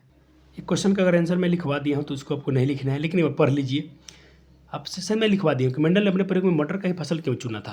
ये बहुत इंपॉर्टेंट सवाल है, क्लास 12th के हिसाब से, क्लास 10th के हिसाब से, दोनों में ये बहुत जरूरी है। पढ़ लीजिएगा, अगर नोट्स में है तो मत लिखिएगा, नहीं है तो इसको देख लीजिए, पढ़ लीजिए, नोट ऐड कर लीजिए, अगर नहीं है तो पढ़ना तो जरूरी है। चलो, एक प्रश्न आपसे लिए आपके लिए कि किन प्रमाणों के आधार पर हम कह सकते हैं कि जीवन की उत्पत्ति अजैविक पदार्थों से हुई है, इनऑर्गेनिक कंपाउंड से हुआ है, कैसे कहेंगे। तो इसका आंसर आपको दिख रहा है स्क्रीन पर, जल्दी से नोट कर लीजिए। एक प्रश्न है जाति उद्भव के मुख्य कारण क्या है, तो देख लीजिए, 3 स्लाइड है, तीनों को नोट कीजिए, 3 पॉइंट है, 1 2 3। हो गया सर, हाँ हो गया। एक क्वेश्चन इसको भी अंतर लिख लीजिए, समझात अंग में और अनुरूप अंग में क्या अंतर होते हैं, दोनों को नोट कर लीजिए जल्दी से। पढ़ा दिया गया सिर्फ क्वेश्चन से करना है सर, 1 शॉट लेक्चर इसीलिए, नहीं तो इस वीडियो को मैं 2-3 पार्ट में बनाता, लेकिन आज एक ही बार में काम करेंगे इसका हम। चलो, इस क्वेश्चन को देख लो, समझात अंग और समरूप अंग को उदाहरण देकर समझाइए, बिल्कुल लिख के आ जाइएगा पेपर में, बहुत प्यार से पढ़ा दिया गया आपको। क्वेश्चन है बच्चा जी कि क्या एक तितली और चमगादड़ के पंखों में को समझाता अंग कहा जा सकता है, क्यों अथवा क्यों नहीं। उत्तर देखें सामने है आपके। आज ही मैं आपको पढ़ा था कि फॉसिल्स क्या होते हैं, जीवाश्म क्या होते हैं। उनसे क्वेश्चन है कि जीवाश्म क्या है, जैव प्रक्रम के विषय में क्या दर्शाता है ये, तो आंसर भी आपके सामने लिख लीजिए जल्दी से। चलिए अगला प्रश्न लिखिए कि जीवाश्म की आयु कैसे पता लगता है, तो बताया था आपको सापेक्ष विधि से और एक फॉसिल ट्रेनिंग विधि से। हो गया सर, हो गया। विकासीय संबंध स्थापित करने में जीवाश्म का क्या महत्व है, इसको उत्तर भी जल्दी से नोट कीजिए फटाफट से। प्रश्न है आपके सामने कि गोभी के विकास का उदाहरण देकर समझाइए कि बहुत अधिक अलग अलग दिखने वाली संरचनाएं एक समान परिकल्प से विकसित हुई हैं। पूरा हम लोग पढ़े थे नोट्स में, इसको आंसर क्वेश्चन कर लीजिए जल्दी से सर। हाँ सर, हो गया। क्वेश्चन है आपके पास कि आंखें एवं बालों में के रंग में किस प्रकार की वेरिएशन होती है, तो ये जेनेटिक होती है, आनुवांशिक वेरिएशन होती है। क्वेश्चन कर रहे हैं कि जलवायु के प्रभाव से उत्पन्न होने वाली वेरिएशन क्या कहलाती है, तो ये बच्चे जी तो बिल्कुल ये कायिक है, ये तो जनक आनुवांशिक नहीं, जेनेटिक नहीं है, ये कायिक हो गया। ठीक हो गया सर। प्रश्न है आपके सामने कि जीव के वह आनुवांशिक लक्षण जो स्पष्ट रूप से प्रकट होते हैं क्या कहलाते हैं, तो ये तो फिनोलाइप्स कहलाते हैं, फिनोप्लाप्स कहलाते हैं, जीनोप्लाप्स नहीं कहलाते हैं, फिनोप्लाप्स। एक क्वेश्चन को आप किसी जीव की जीनी संरचना कहलाती है, किसी जीव की जीन संरचना कहलाती है, तो जीनोटाइप्स क्या कहलाते हैं, जीनोटाइप्स। यहाँ पर जीनोप्लाप्स शायद लिखा गया है, मेरे ख्याल से जीनोटाइप्स होना चाहिए। चलो, हो गया। प्रश्न के निम्न में कौन सा गुण जैव विकास की मुख्य भूमिका है, तो आनुवांशिक, उपार्जित गुण, ये और भी दोनों नहीं, ऑप्शन ए हो जाएगा। करें कि किस शाखा में भारी वेरिएशन देखने का आकलन किया गया, तो ये मानव में किया गया है, बहुत वेरिएशन है हमें।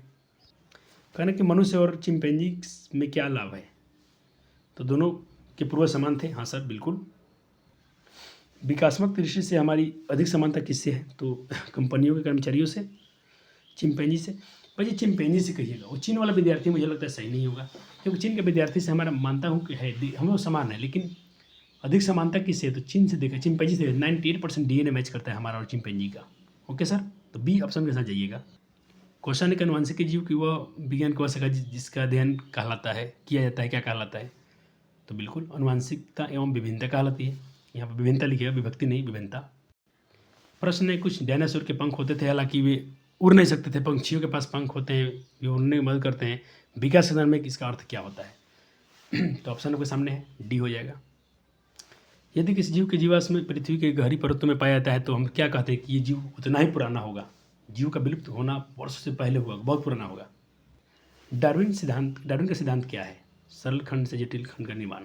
ओके, बहुत इंपॉर्टेंट क्वेश्चन है, इसको कर लिया गया है, फिर भी देख लीजिए एक बार। द ओरिजिन ऑफ स्पीसीज पुस्तक किसने लिखा था, तो बिल्कुल चार्ल्स डार्विन ने किया था इसका संचय लिखना। डार्विन के सिद्धांतों में निम्नलिखित में कौन सा शामिल नहीं है, वंशागत के माध्यम से विकास। करें कि मिलर और उरे द्वारा किए गए प्रयोग आश्चर्यजनक उत्पाद थे। अमीनो एसिड के बारे में फटाफट नोट कीजिए, क्वेश्चन बहुत आसान है, खुद से आंसर कर सकते हैं आप लोग। चलो कुछ क्वेश्चन देता हूँ आपके प्रैक्टिस के लिए, छोड़ देता हूँ इसको। पहले क्वेश्चन सब देख लीजिए, इसके हो गया, खुद से आंसर करना है। आपके एक्सपीरियंस अच्छा फील होगा कि आपने क्या क्या पढ़ा अभी तक। 5 हो गया, 10 क्वेश्चन देंगे आपको हम। अब इधर से आ जाएंगे आपको 6, 7, 8, 9, 10। अब 10 का आंसर कीजिए, कर लिए। अब मैच कीजिए आपने कितने सही किए। मैं 200 का आंसर यहाँ शो कर रहा हूँ, देख लीजिए स्क्रीन पे। 5 तक आंसर इधर है, 6, 7, 8, 9, 10 का इधर आंसर है। कितने सही हुआ जरूर बताइएगा।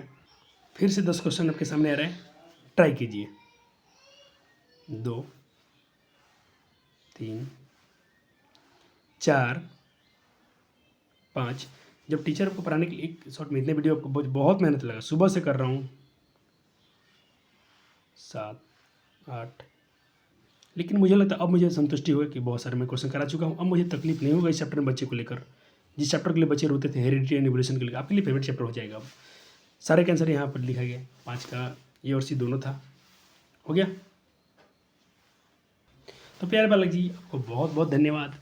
मिलते हैं अगले वीडियो में, नया वीडियो होगा, नए लेक्चर होंगे। अब चैप्टर भी नया होगा क्योंकि चैप्टर फिनिश हो गया। और बायोलॉजी समझिए कि आपका बच्चे हो गया तैयारी। अब थोड़े से छोटे छोटे चैप्टर बच्चे हैं, उसको हम जल्दी से कर लेंगे। आपका मुख्य ध्यान देना होगा लाइफ प्रोसेस को, जल्दी से रिवीजन कीजिए। हेरिडिटी एंड एवोल्यूशन को, इसको तो अभी जस्ट आपने पढ़ा है, रिप्रोडक्शन को और कंट्रोल कोऑर्डिनेशन को थोड़ा रिवीजन कीजिए। ये चैप्टर बहुत दिन पहले आपका हो गया, थोड़ा सा रिवीजन कीजिए सर, जल्दी जरूरी है। फिजिक्स में रिवीजन चालू कर दीजिए, केमिस्ट्री में रिवीजन शुरू कर दीजिए, मैथ में रिवीजन शुरू कर दीजिए। सर बस रिवीजन करना है, हाँ बस बच्चा जी, अब सिर्फ रिवीजन और डिवीजन चलेगा आपका। जितने रिवीजन करेंगे उतने अच्छे मार्क्स आपका श्योर हो जाएगा, ठीक। और सर नए चैप्टर आएंगे मैथ में, बिल्कुल आएगा। अभी नहीं, थोड़ा हम पहले साइंस खत्म कर लेते हैं, फिर मैथमेटिक्स और जो बाकी आपका इंग्लिश का भी वादा किया गया था, देखता हूँ चीज़ कितना हम कर पाते हैं। लेकिन आपका जो 500 नंबर का कंपलसरी विषय, इसमें खूब हेल्प किया जाएगा। हाँ, थोड़ा इंग्लिश के लिए मैं श्योर उतना नहीं हूँ कि मेरे पास टाइम बचेगा कि नहीं बचेगा, देखता हूँ। और आपका सहयोग होगा, अगर मेरी तरफ से हो जाता है तो मैं कोशिश कर रहा हूँ बच्चे, बहुत कोशिश कर रहा हूँ। हो जाता है तो बहुत अच्छी बात है, आपके लिए जरूर मेहनत की जाएगी। थैंक यू, धन्यवाद। मिलते हैं अगले वीडियो में। Love you so much. अपना ख्याल रखिएगा, जम के मेहनत कीजिए। इस बार 5 समय कम से कम 4 से 50 के ऊपर तो जाना ही चाहिए आपको, ये जरूरी है नंबर। धन्यवाद और धन्यवाद बच्चों जी, थैंक यू।